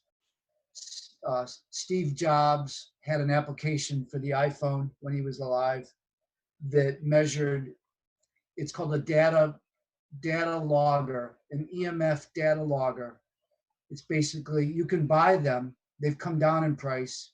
You can put an app on your phone, but it's resource, it draws a lot of resources. So you really want, you can buy a used phone and put an EMF data logger. EMF is electromotive force. You catch them when they're doing your radiate with, this is a very old, this detected nuclear radiation, but it also detects EMF because there's a magnet in here. It's in an old format of rads per hour. Before World War II and before the first atomic bomb, it was 0. Right now, today, it's at about 1.5 rads an hour. About a month ago, it was at 70 rads an hour. Everything will die after 50 rads an hour. Now the new EMF measuring is not the same as this. I also measure radiation with this. And I think someone, I think Celeste had mentioned, God forbid, we're subject to depleted uranium or an atomic explosion. But there are things you can do. You can go underground. That's where Dave Case built an off-grid house, and he lives underground. And he's quite free. And he created a CD and he sent it to me. He's an electrical engineer, and he worked on in the 80s on the heads up flying of a plane with thought-driven infrared like sensors. The heads-up display. After the project, he said they were going to put this in satellites. He said there's nowhere you can go on the planet because at any one time there's 30 satellites hooking up to us on a neuron level. So may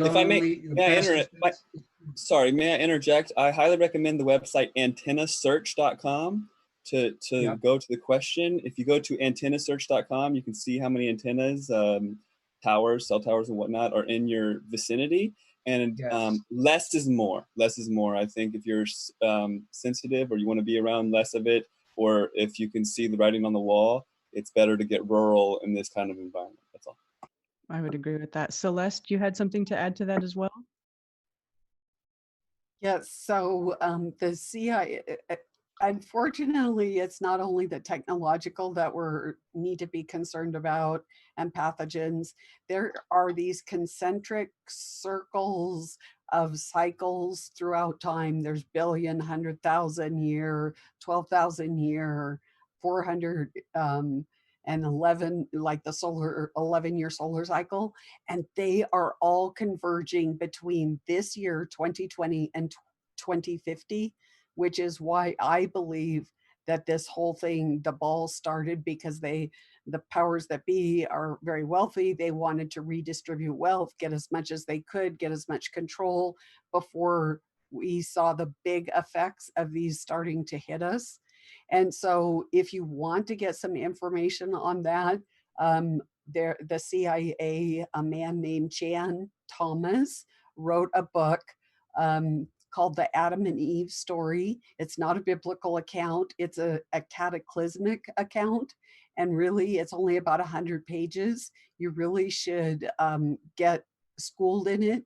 It was so dangerous that the government classified it. And then recently, because I guess they figured it was too late for any of us to prepare for such an eventuality, that they declassified it. So you can go to the CIA reading room and you can write it down. but they said that the safest place was on the leeward side of the Rocky Mountains. And yes, we've got satellites, the Starlinks, we've got all that. But both the Bible and also the CIA, that's where they felt was the safest place on Earth, because they knew certain things were coming. They also knew the agenda. And I know that this is accurate because my husband and I built a place on top of a mountain in Montana, and lo and behold, there were all these CIA cabins. So it is actually true. So just get schooled on that. It's not a dense read, but it is a hair-raising read. So I recommend it for everybody. I just want to interject really, really quickly, just to say that when it comes to questions of answering for people where they should move or what they should do, perhaps like telling people to follow their intuition, or at the very least be building that up, because it's not going to be a one size fits all. Your answer is going to come from you. You're going to basically be feeling out what to do with it. And one quick thing I want to say is that I think this is going to reorganize and distribute according to vibration. So be putting out a call for your soul tribe and finding people that you align with in order to take those actions. Because it's not just going to be about hunkering down or moving around haphazardly. So I just wanted to mention that. Thank you. Yes, that's great. Okay, thank you. Okay. Let's see. Can you say something about the 5G, the differences, just to clear that up quickly? The differences of 5G between the net between the cellular and the gigahertz and the 5GE, because there's different ones. Yes. Okay, so understanding there's 5G hertz Wi-Fi, that's not 5G cellular. So people basically are having phones now where they're seeing 5G coming up currently. That's different. That's been renamed. That's basically still 4G. And basically the companies have said, well, it's close enough. It's just as fast as 4G. So AT&T, for example, they're starting to call it 5G cellular. So you see 5GE on your 4G phones, okay? That's different. It's basically just amping up the 4G to as fast as it can go. It's not 5G cellular. 5G cellular is what they're doing with all the towers, and that will require new phones and systems that go along with that, because they have a new tech, right? So that's there's a bit of a confusion. You'll even see it on your wireless router or like through your internet, you'll see 5G. That's also different. So just look that up so you understand the difference between the gigahertz and the Wi-Fi. G stands for generation, and that there are different forms of them. There's also new radio called NR 5G. So that's where the industry's kind of settled on how they're encoding this stuff. So just because people are like, oh my gosh, I'm already on 5G, how did that happen? It's like, no, you're not yet. So you'll have to get an upgraded phone in order to be on that network, as far as Amanda, that's. can I just comment on what you're saying there? That is correct. The reason why they can't bring the 5G phone, 5G in its technical parameters is a coherent collimated signal. If I give you a 5G phone, which they did test, by the way, brain injury would probably be the least of your concerns. Because it's a collimated microwave radiation signal that travels directly through your brain. The power density would probably give you a stroke or other. So the 5G phones are never ever going to be brought to market. They did try them. I mean, Samsung did have some experimental 5G phones that blew up. The power that they were outputting from the transmitters actually blew the phones up. So consequently, you're not getting a 5G phone. They know that. We know that. The whole 5G thing, like I said, 1G, 2G, 3G, and 4G are all telecommunication systems. 5G is a weapon. It is really a smokescreen while they're telling people these 5G transmitters that are putting up, and especially the 60 gigahertz. I mean, 60 gigahertz does not travel in air. It attenuates in oxygen. It has no purpose for telecommunications at all. All it has a purpose for is to disassociate the oxygen molecule at a certain pulse rate. You can actually charge the air so that you can't breathe it and it will gas you. That's 60 gigahertz part of the 5G spectrum. The sub-gigahertz part of the spectrum for 5G is actually urban radar. It's an illegal urban radar, 868 in particular. This is what your government have actually deployed on the streets, urban radar, so they can scan, map. That's what they believe it to be. But the reality of it is, when you look at the power density of the equipment and the densification of 5G right across the whole cityscape, it only has one purpose: to kill and cook. When I like to explain, Yeah, quick. I think Conscience, you have to leave really soon. You wanted to make a point, and then we'll hit you, Matt. Okay, go ahead, Conscience. Or is he gone? All right, Matt, go ahead, take it away. A lot of people ask me questions about, and 1 second, Derek, I'll just make this really quick. Okay. People ask me a lot of questions about 5G and what it is and trying to wrap their heads around it. I like to keep it as simple as possible. And I could elaborate a lot, but really what it is 5G is radio waves that absorb. 5G absorbs into everything it hits. Okay, it's a 1 millimeter size wave. It absorbs into everything it hits. Wi-Fi goes through things, radio waves like AM, FM, Bluetooth, 4G, 3G. They go through walls, they go through people, they go through bees, they go through water droplets and whatnot. 5G absorbs. That's what people need to know, and keep it really simple when you bring that to your peers, family, mayor, local politicians, you name it. Excellent. Thank you for clarifying that. That's good. Keeping it simple. Okay, Conscious Well, can I just say one thing there? That's incorrect. It's not true. That's a false narrative. So it's incorrect. It's incorrect information. Okay. Totally wrong. Okay, we want to come back to you, Mark, on that. We want you to clarify, and then you guys can maybe clarify some things for us. Can I talk about over the radar, please? Yep, 1 second. We'll come to you. Conscience Resistance has been patiently waiting, and I want to give him the microphone. Thank you.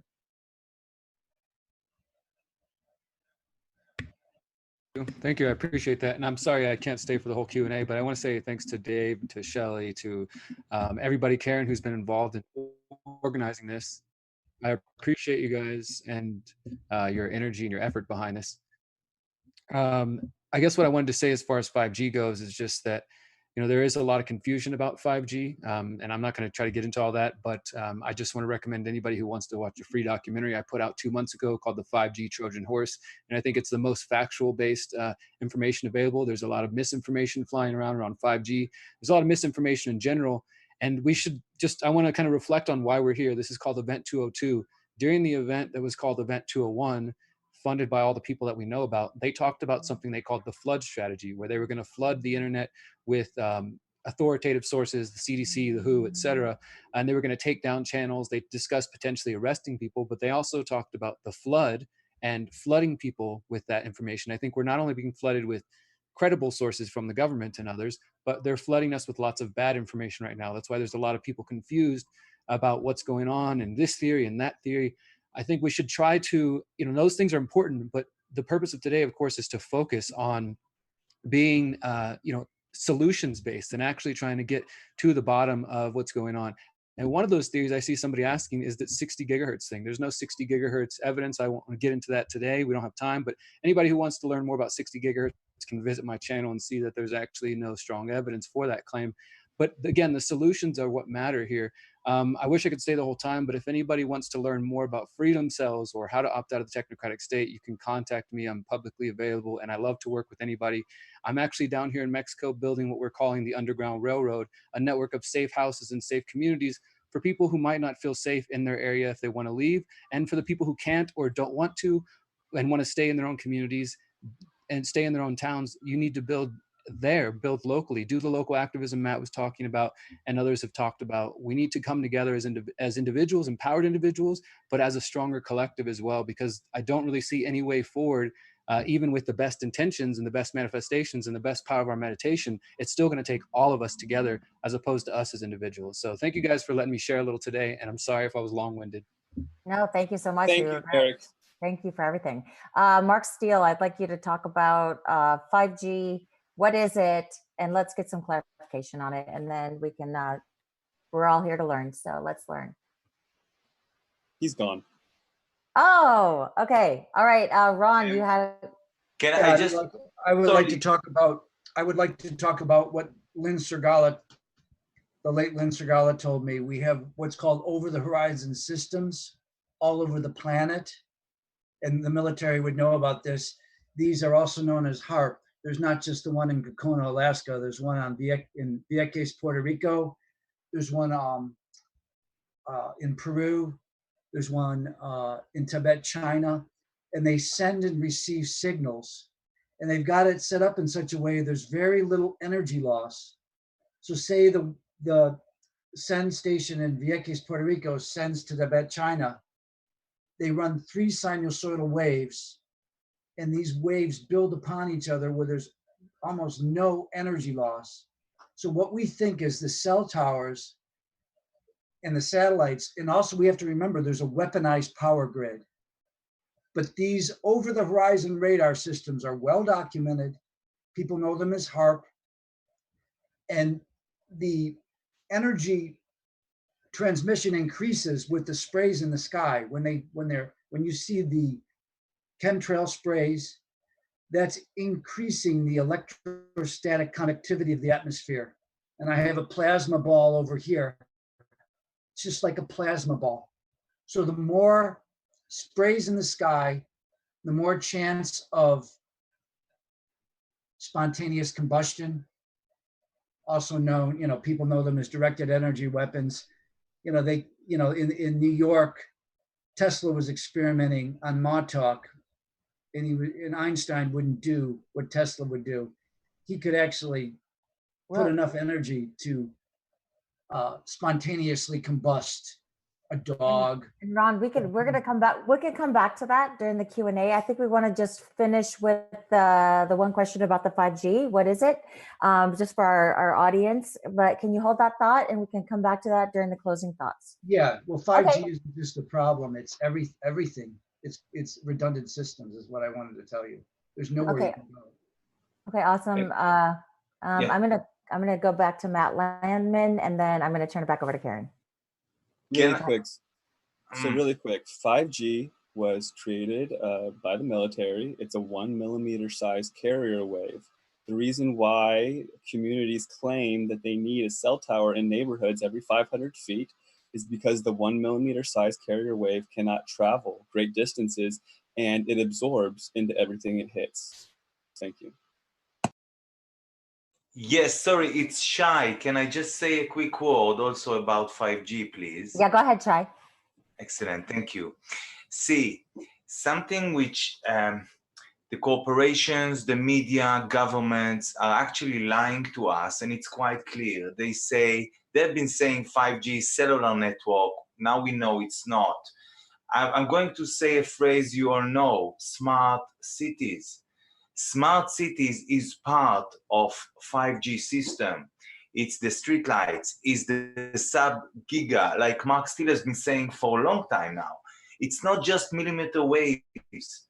5G encompasses everything. It encompasses also the last generations, the 2, 3, 4G, as well as maybe the future generations, but it's already the all-encompassing system which is being deployed near every home almost on the planet now.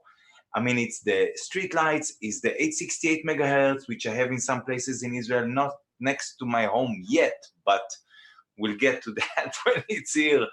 We're talking about sub-giga, we're talking about 6 gigahertz, we're talking about 24 gigahertz, we're talking about millimeter waves as well as low frequency waves. We're talking about light, using light. Light is the terahertz, light is nanometer. It's not gigahertz, it's not radio frequency, and it's using light as a weapon as well.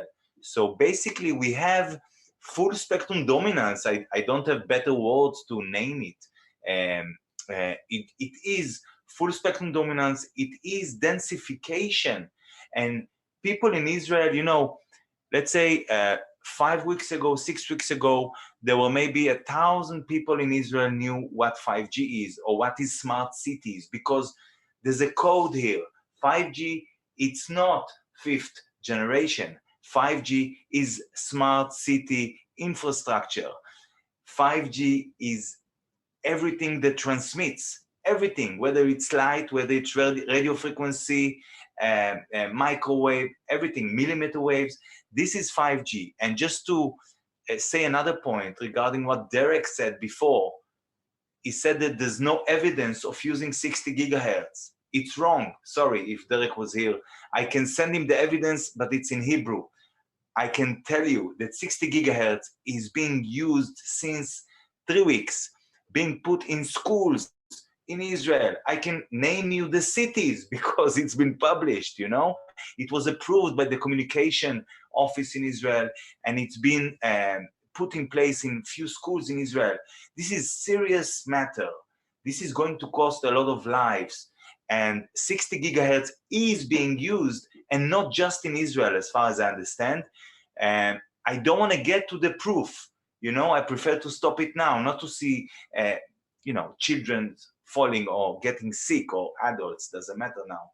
I prefer to stop it now, but to say there's no evidence, false, sorry. 6 gigahertz just been approved a few days ago, and 60 gigahertz already been put in few schools in Israel, and it's moving forward quite fast because we are all still quarantined. So we need to go out and just break the spell, because everything that is been going on now, it's a spell. By using words, this is, you know, we didn't touch upon this point, and I don't want to push my story into it, but really, what's been going on now is just the ability of ancient powers that goes back thousands of years, but let's say hundreds of years, you know, to use technology in order to control us in a way or on a level that we never seen before. But this spell, using words, all right, and implementing them through the media, through the social networks that we are all using, and being censored for it, you know, because we put out the white spell, if you want. We speak the truth and they speak lies. So there's a war which is, apart from spiritual and technological, it's also about using our heart, using our mind together in order to see through the lies, to see through the spell. And then it's easy to stand for what is right, for what is moral, because we see it. It's so clear to us because we are not machines. We are humans, and we can instantly see this. This is in our heart and intuition to recognize these things and say, no, I do not consent. And then the spell will be broken. We don't even need to do a lot. We just need to go outside and say no. But we do need to do it, not to stay at home and say like or share or dislike or whatever. We need, you know, reality we change outside in the street, not on the phone. So this broadcast is excellent, and there's still thousands of people with us now, but we need to go outside in the streets, open our shops, going back, forcing the white spell, forcing our morality and what is true and good in this world, forcing it back into our livelihood. The streets are ours. The water pipes are ours. The antennas are ours. Everything is ours. The courts are ours. Everything belongs to us, no one else. And it was given to us as a gift by God. And some crooked, criminals, they try to cast a spell on us to make us believe that we cannot use these things. We have to be quarantined and such and such. And it's time for us to say, no, thank you. You had your chance. You've been exposed. Like I said before, the door has been shut behind you. We know who you are. Now, stay in prison and let us run our life back like before, but even in a better way. Really good points. Karen B., I'm going to have you, I think there's one more question that came in. And so we're going to get back to that. Thank you for sharing that, Shai. Sure. Okay. Contact tracing. Does anybody want to speak on contact tracing? That's a really big thing that's going on in the mainstream news right now. I can speak quickly to it from what I know. Basically, they've designed an app at this stage. Now, there was different layers of contact tracing before for like Ebola and stuff. But basically what it means is if you've come in contact with someone they have decided is infected, they are tracking you or following you to see where you go and whom you speak to see if you are tracing or who you're contacting and actually, passing that along. And it goes down obviously to the contagion theory, which I'm doing quite a bit of work on right now to debunk. You can also look at T.C. Fry's work on the contagion myth. But regardless, they have an app now that they are promoting. It's not to my knowledge, it's not out yet. But basically, it's something you would have to subscribe to and want to do. I can't see them forcing it on you at this stage unless anyone knows anything about that. But basically what it would do is alert you if you were next to somebody, your phones would communicate, and then that information would lead forward and say, well, you have to quarantine yourself now for 2 weeks or whatever, because that individual you just sat on a park bench with was in China or wherever, or was living with someone who also was sick, and blah, blah, blah. So it's just another fear measure and control measure. That's basically the gist of it. I see it as a Hegelian dialectic problem reaction solution, where the ultimate agenda is to ultimately get people chipped. You know, we're walking people down this path slowly but surely. Well, what if someone doesn't have a smartphone and they came in contact with Johnny who had the sniffles? Well, we need everyone to get chipped now so we can trace everybody on this worldwide, global scale. Yeah, I think they call it the totalitarian tiptoe. Yeah. The other thing about it, as a former software engineer, it's very easy to just trigger the thing so that, it's a black box. You don't know if the guy you sat next to was infected. Yeah, they could just trigger the thing and then disappear you. That's the thing. But again, the answer to that is let's not get involved in the technology anymore. I mean, I've just relocated, but I would have shown you my phone is the dumbest of dumb phones. Yeah, there you go, Mark. It's the dumbest of dumb phones. It's a little Nokia. All it does is make phone calls. That's it. I don't need that bloody smartphone rubbish. I don't need to be a phone zombie walking down the road looking at my phone all day. I mean, one of the things I'd like to do is start the informed Luddite sort of group. The Luddites were people who hated technology and would destroy it. Yeah, I think. Yeah, there you go. GPS. Yes, I think we don't need this technology. Yeah, it's all. It might seem all convenient, but it's there to lessen us. It's like we got the phone, the smartphone. Well, how many people remember phone numbers anymore? I would remember 20, 30 phone numbers. I can't remember one now. Yeah, because that because that technology has ruined my ability to remember phone numbers. Just like the GPS has ruined my ability to get around anymore without relying on this thing. So. We've got to take a different perspective on this technology, because it was never given for us. None of it was for us. And I hope people are starting to see that now. But it's been a Trojan horse all along. Part of the solution is to start taking these things down. I don't want to actually come out and say this, but maybe people should start learning how to, be a lumberjack, to take trees down, certain grey birch trees down, or maybe cleaning pipes with petrol and things like that. Well, I'm not going to say things like that, but there you go. I want to step on real quick to Shai, what you said, Dave. I really recommend watching and making this viral. AI, the plan to invade humanity. Shows you everything you're going to talk about today and in the next 2-3 years and before everything can happen. AI, the plan to invade humanity. Just watch that. It'll show you from the DARPA days, even from World War II, and what happened in the 20th century, how everything evolved to today and what's going to happen next, unless we do some things, which I put solutions in there. The solution is to uncouple this from the NSA. And the NSA was sued, and Congress tried to cut their funding, and the NSA wouldn't shut down in Utah, and it wouldn't shut down in Maryland.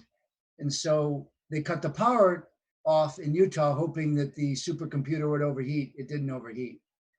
The people behind it, if you want to search Mormon Mafia, the top level, the people that are controlling the weather, and the people that believe that everything's going to be flooded up to Utah, I suggest people start searching out the Mormon Mafia.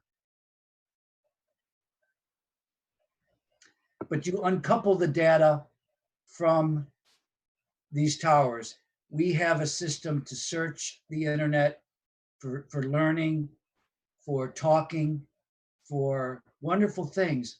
Unfortunately, the NSA, in a very ruthless company called the MITRE Corporation out of McLean, Virginia, which funded all the different mind control for 70 years. They were the former paperclip Nazis brought over after World War II. They were called the aviary, like the birds. If you want to search the aviary, you will find out that these were the Nazis that were brought by Prescott Bush to Connecticut.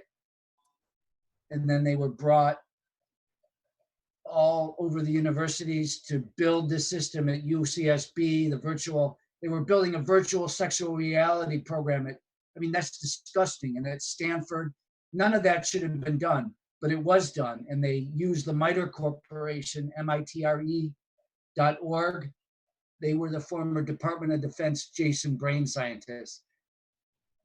The people that were tortured in Auschwitz and all the camps were tortured by Joseph Mengele. He wanted to find out why twins could read each other's thoughts. Well, they artificially were able to simulate it. It's called silent subliminal sound, also known as pulse microwave. 70 years, 80 years later, we've got the same problem. Okay, thank you for that, Ron. We are just about ready to wrap up for our viewers out there. Thank you for those everybody. Thank you so much for all your insight and expertise. We're going to wrap up now with a 1 to 3 minute closing statement, and we're going to start with Mark Devlin. Sorry, I was muted there. Thank you. Yeah, some solutions are very simple, as we've discussed. I mean, this is my smartphone, so I never bothered going down that route. So when it comes to the contact tracing, if they operate by apps, nobody will be getting me with this. And this is my sat-nav, so I still prefer to read old school maps, so I'm not getting traced via my car either.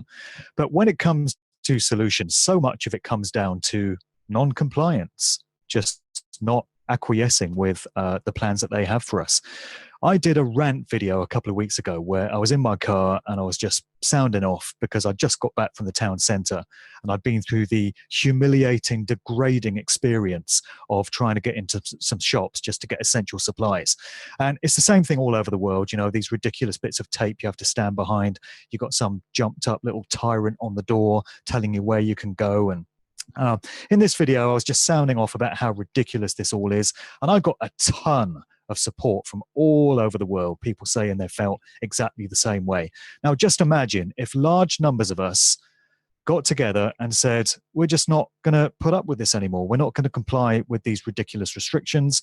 If nobody was having it, then these things just would not stick. And a great idea I've had in recent days is people have said, all the shops that have forced us to go through these degrading experiences, let's just boycott them from now on. Just don't go to them. Just frequent shops that don't force you to go through these ridiculous rituals. But in terms of drawing some hope and optimism and positivity from all this, look at what we've had dumped on us by the control system these past few weeks. They've thrown everything they've got at us all at once. And this is not their ordinary style. Normally they do things in incremental steps. They sneak things in gradually, the totalitarian tiptoe, but they've thrown everything in the kitchen sink at us. And this speaks to me of them panicking. They want to get all the pieces of their puzzle in place very, very quickly because they're concerned if they leave it much longer, too many of us are going to get wise to what they're all about. And the likes of us are going to be sharing too much empowering, inspirational information to other people. So we've got to keep that stepped up.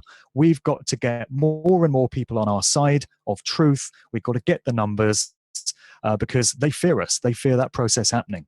And we've got an indication of that. So we just got to keep it stepped up, keep doing our thing, never lose hope. And remember, history is being written every day and it's not a done deal yet. We get to decide how this whole thing plays out. Absolutely. Very well said. Thank you, Mark. Yasmin, do you have any closing thoughts?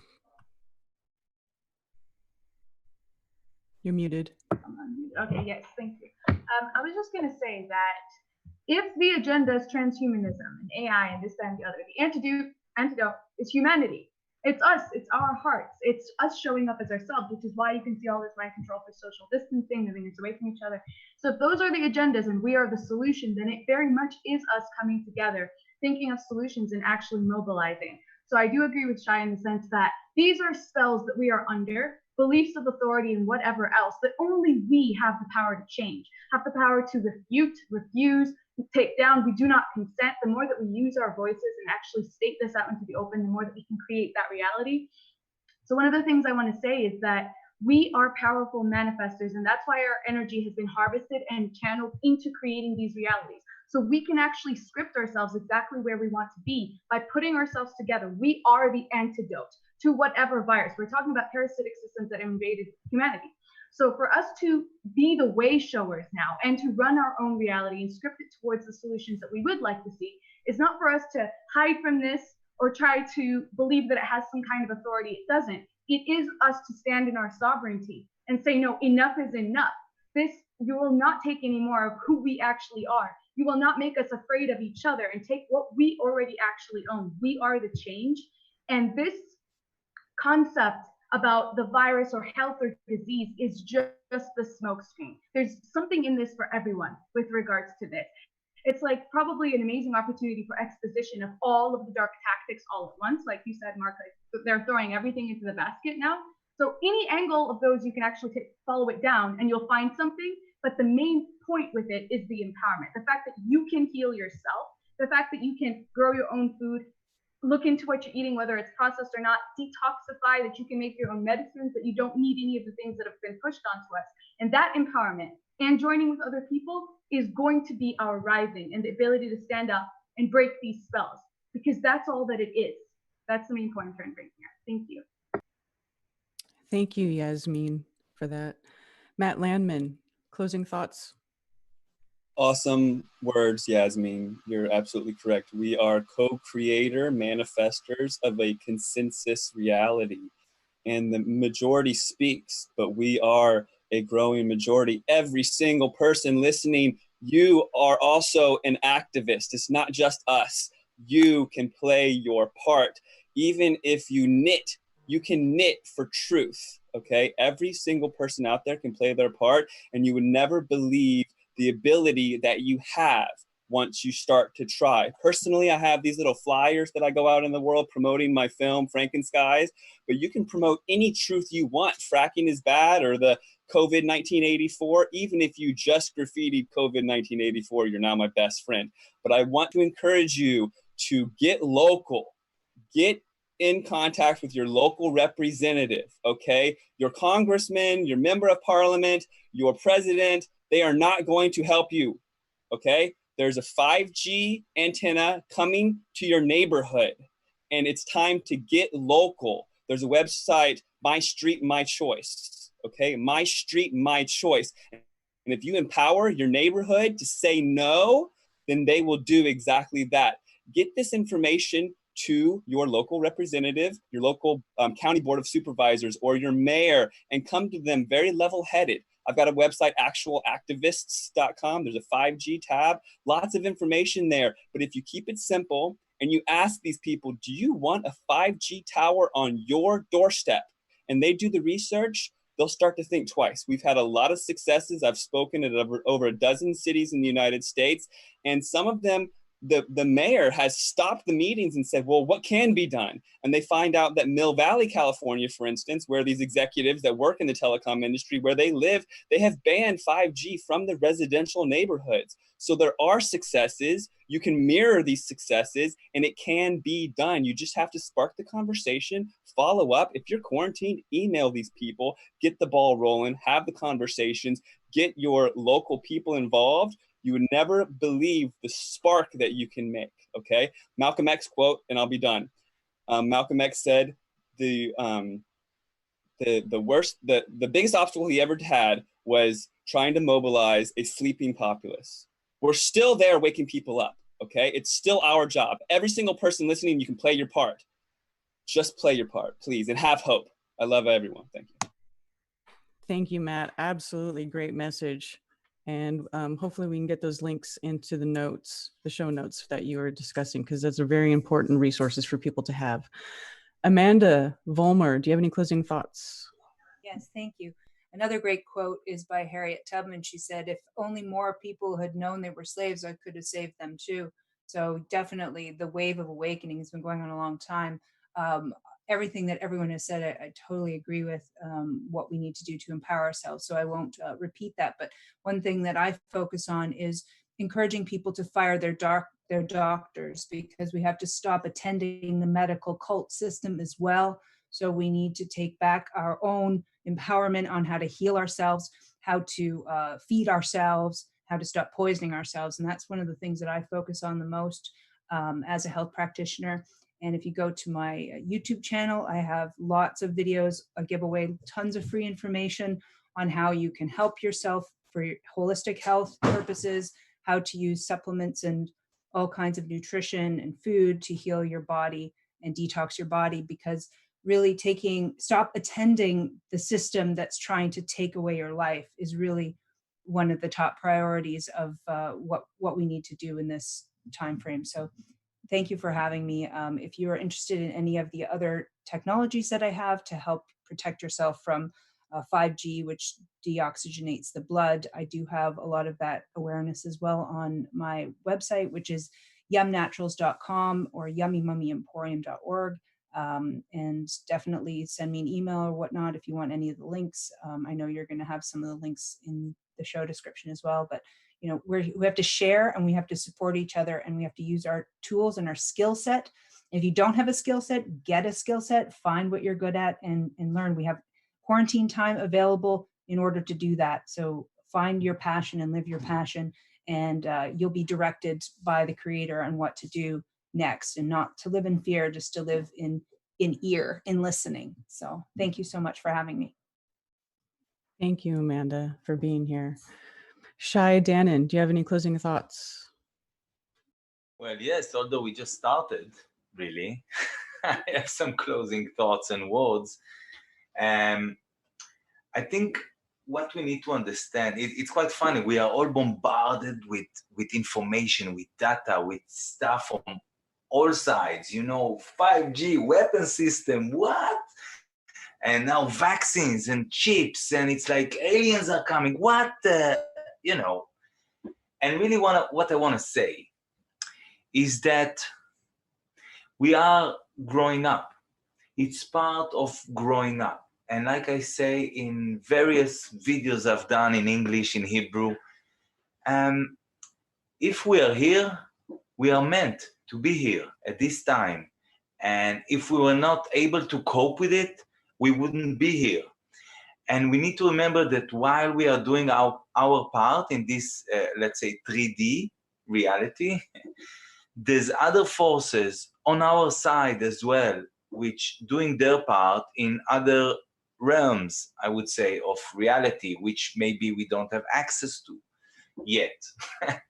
And maybe like Cyrus been saying, repent, ask for forgiveness, because it makes you human.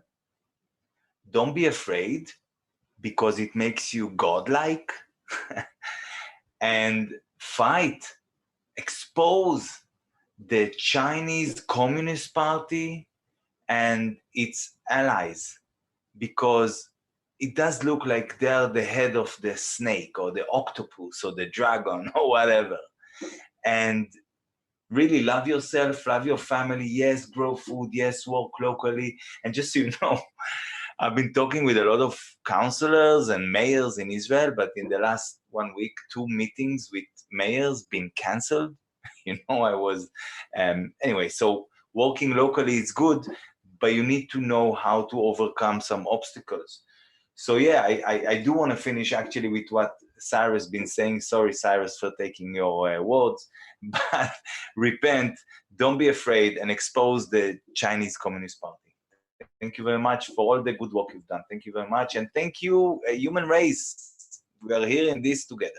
Yes, thank you. Thank you, Shai. You're welcome. Celeste, closing thoughts? So I believe also that we were born for such a time as this, and that we are created in the divine image, as I said many times. And so we do have the internal fortitude, and we have the right stuff to do it, and to accomplish this, and to preserve our humanity and not sell our birthright of being a human created in the divine image, and bow down to whether it's elites or a technocratic society or machines or transhumanism or a plague that may be coming or any other thing. So just reach out, do kindness, share the love with other people.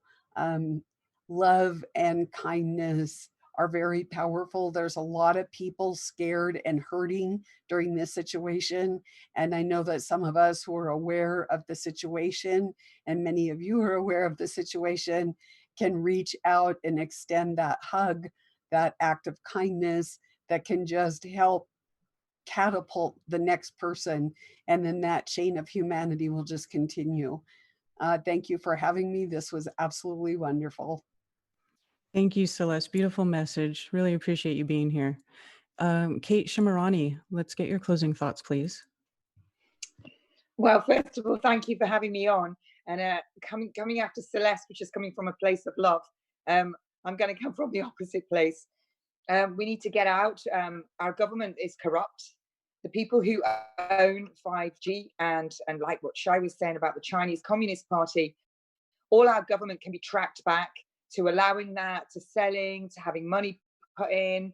They've all had a part in it somewhere. They're all in bed together. They all have shares in pharmaceutical companies, Sage. They're all linked back to Bill Gates. They're all in the same big, massive pot. So we can't trust them.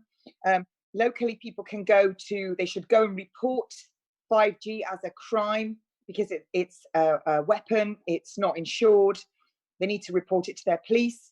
The police are saying, oh, no, we're not. It's a health matter. No, it's not.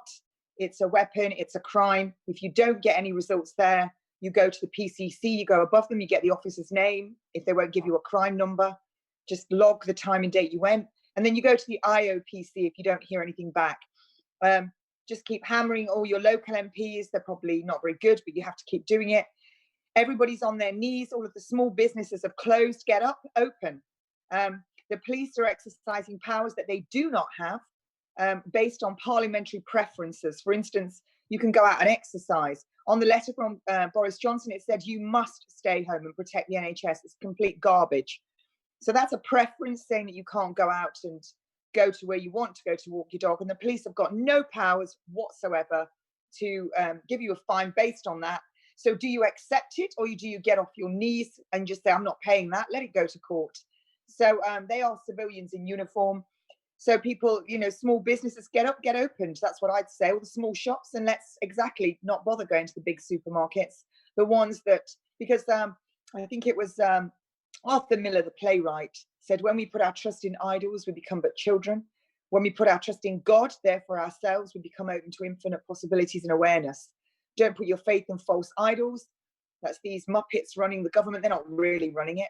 And, doctors that are, it's sorcery, a lot of what they do. Pharmakeia is sorcery. Start looking up for yourself. Start being in control of yourself. Don't put your life in someone else's hands, because they'll abuse it every time. And that's what all our new parliamentary acts are open to abuse from those in power, be it the police and doctors. Thank you for having me, and Godspeed to everybody. Only we can overturn tyranny. It's not those that are doing the evil deeds that allow it to pass. It's us, the people, who accept it and are complicit in it. Thank you, Kate. Thank you. Much respect to you and all the work you do. Thank you so much for being here. Thank you for having me. Cyrus Parsa, would you like to give us your closing thoughts?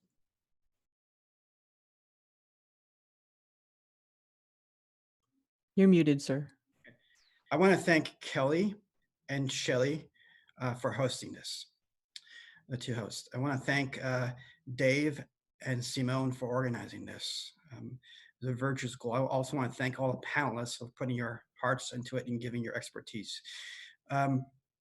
one thing I want to say is I hope everybody can read this book, Artificial Intelligence, Dangers to Humanity. The research that the AI organization put together was ahead of all governments and saw all these things coming. Yet the difficulty we had, even with the lawsuit, was with everybody, we weren't being supported. And every time I put out something, people would just take content and go split it out somewhere. And we couldn't do what we had to do. Now we're becoming a reactionary race. So what I have to say is this. Well, follow me on Twitter, Cyrus A. Parson 1. IG is the same thing. The website is theaiorganization.com. Get the book, watch the video, AI, the plan to invade humanity, and the other videos, which are really scientific. AI equates to digital fear with the coronavirus, and then 5G is AI. It's 5G for machines or AI.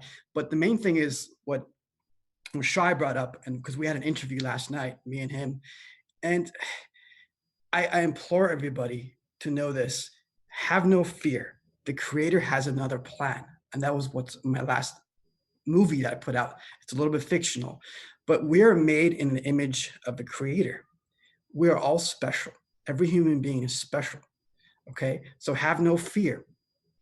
And know that if we can repent, but stay calm and rational and expose the system, we can make it through the next stage and have a glorious future. And what needs to be exposed first is the Chinese Communist Party, because this is where the virus came from. And it has to do with all the things I put in the lawsuit, endangering the entire human race with AI, quantum, 5G, robotics, surveillance system, before all this stuff happened, including the virus. I said that, right? And in my books, I said that. And there will be lawsuits. So that means I knew something that not many people on the entire planet knew. And how the hell did I know it? So trust me, I've been trying to save lives and I haven't been supported. So I need to be supported. I want to support people back. But repent and expose this Chinese Communist regime for all the crimes they did, for putting people in camps with the technology from the West, quarantine them, and organ harvest them to the Falun Dafa, to the Christians, Tibetans, and Uyghurs, and all the common citizens. We are at fault. We always say it's them. This cabal has always existed. But if the human race, if we are righteous and virtuous and whole, then nothing can abolish the human race. So that's my last word. We need to improve ourselves, and I do as well. I hope I didn't offend anyone. If I did, I'm just trying to make my best appeal that we need to have no fear and expose the Chinese Communist Party.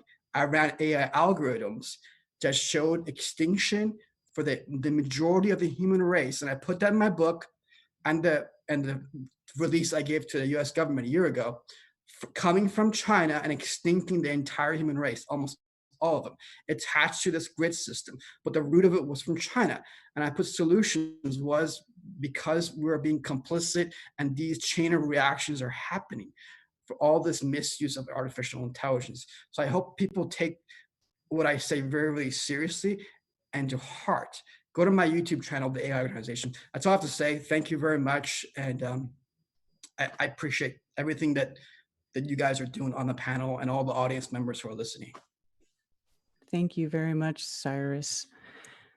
Dave, allegedly Dave, do you want to close this out? Is he still here? Yes, I am. Okay. Yay. Wow. Well, what I've got to say about this is that the key I see is that getting the information out to people, getting them to understand what's really going on, because most people don't. Most people have no idea of what we're talking about here. Yeah, but as soon as they start to understand, many of them will want to get involved and want to do something about this. And the key to this is small acts of defiance. Yeah, small acts of defiance. Go outside. Simple as that. Show other people that the world isn't going to end when you go outside. The world isn't going to end if you go to the beach or something. Yeah. Small acts of defiance, and then later on, I think larger acts of defiance are going to become in order. But I don't want to say too much because we've still got a lot to go. And I just want to say thanks to everybody who's been working in the background to make this happen, and all the panelists, and especially Shelley and Karen. Thanks a lot. You did an amazing job, and thanks to everybody out there. I mean, this, as I said, was just a joke, an idea, and what we've done here is essentially reversed the magic that they did in Event 201. So this is how we got to do this. We've got to play chess, get to be better chess players, and counteract the magic they're working on us. That's what I say. Thank you, Dave.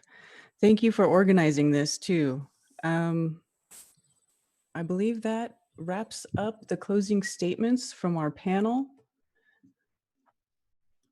Shelley, did you have anything you wanted to add before we close out?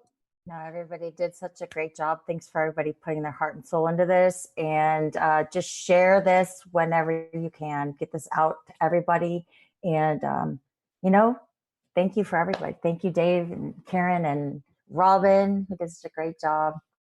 And yeah, keep activating. Just be active. That's our best. Your voice is your superpower. So. This went so well. People were asking, when's the next one? And I just wanted to say, people in general, is hopefully this inspires you guys to start your own little panels and discussions. And like Dave was saying, to reverse the spells, it's us coming together with a thought, making a creation, and working to do something like this. So you have the power as well to speak. Yes, thank you. I would just like to say that I think everybody needs to remember that, you were put on in this creation by the creator, and there is no man above you. So that's what everybody needs to remember, is that you, as part of this divine creation, have no one above you except for the creator themselves, and no one can take away your free will. And also, I want to add to everybody else's sentiment to not be afraid, because we don't have any reason to be afraid, because we have the power. Because if we didn't have all the power, then all of the things that they're doing to try to hold us back wouldn't be necessary. So just keep that in mind. All right. I think Robin's going to play us a closing song to end the stream. And I want to thank everybody for being here. Please share and mirror.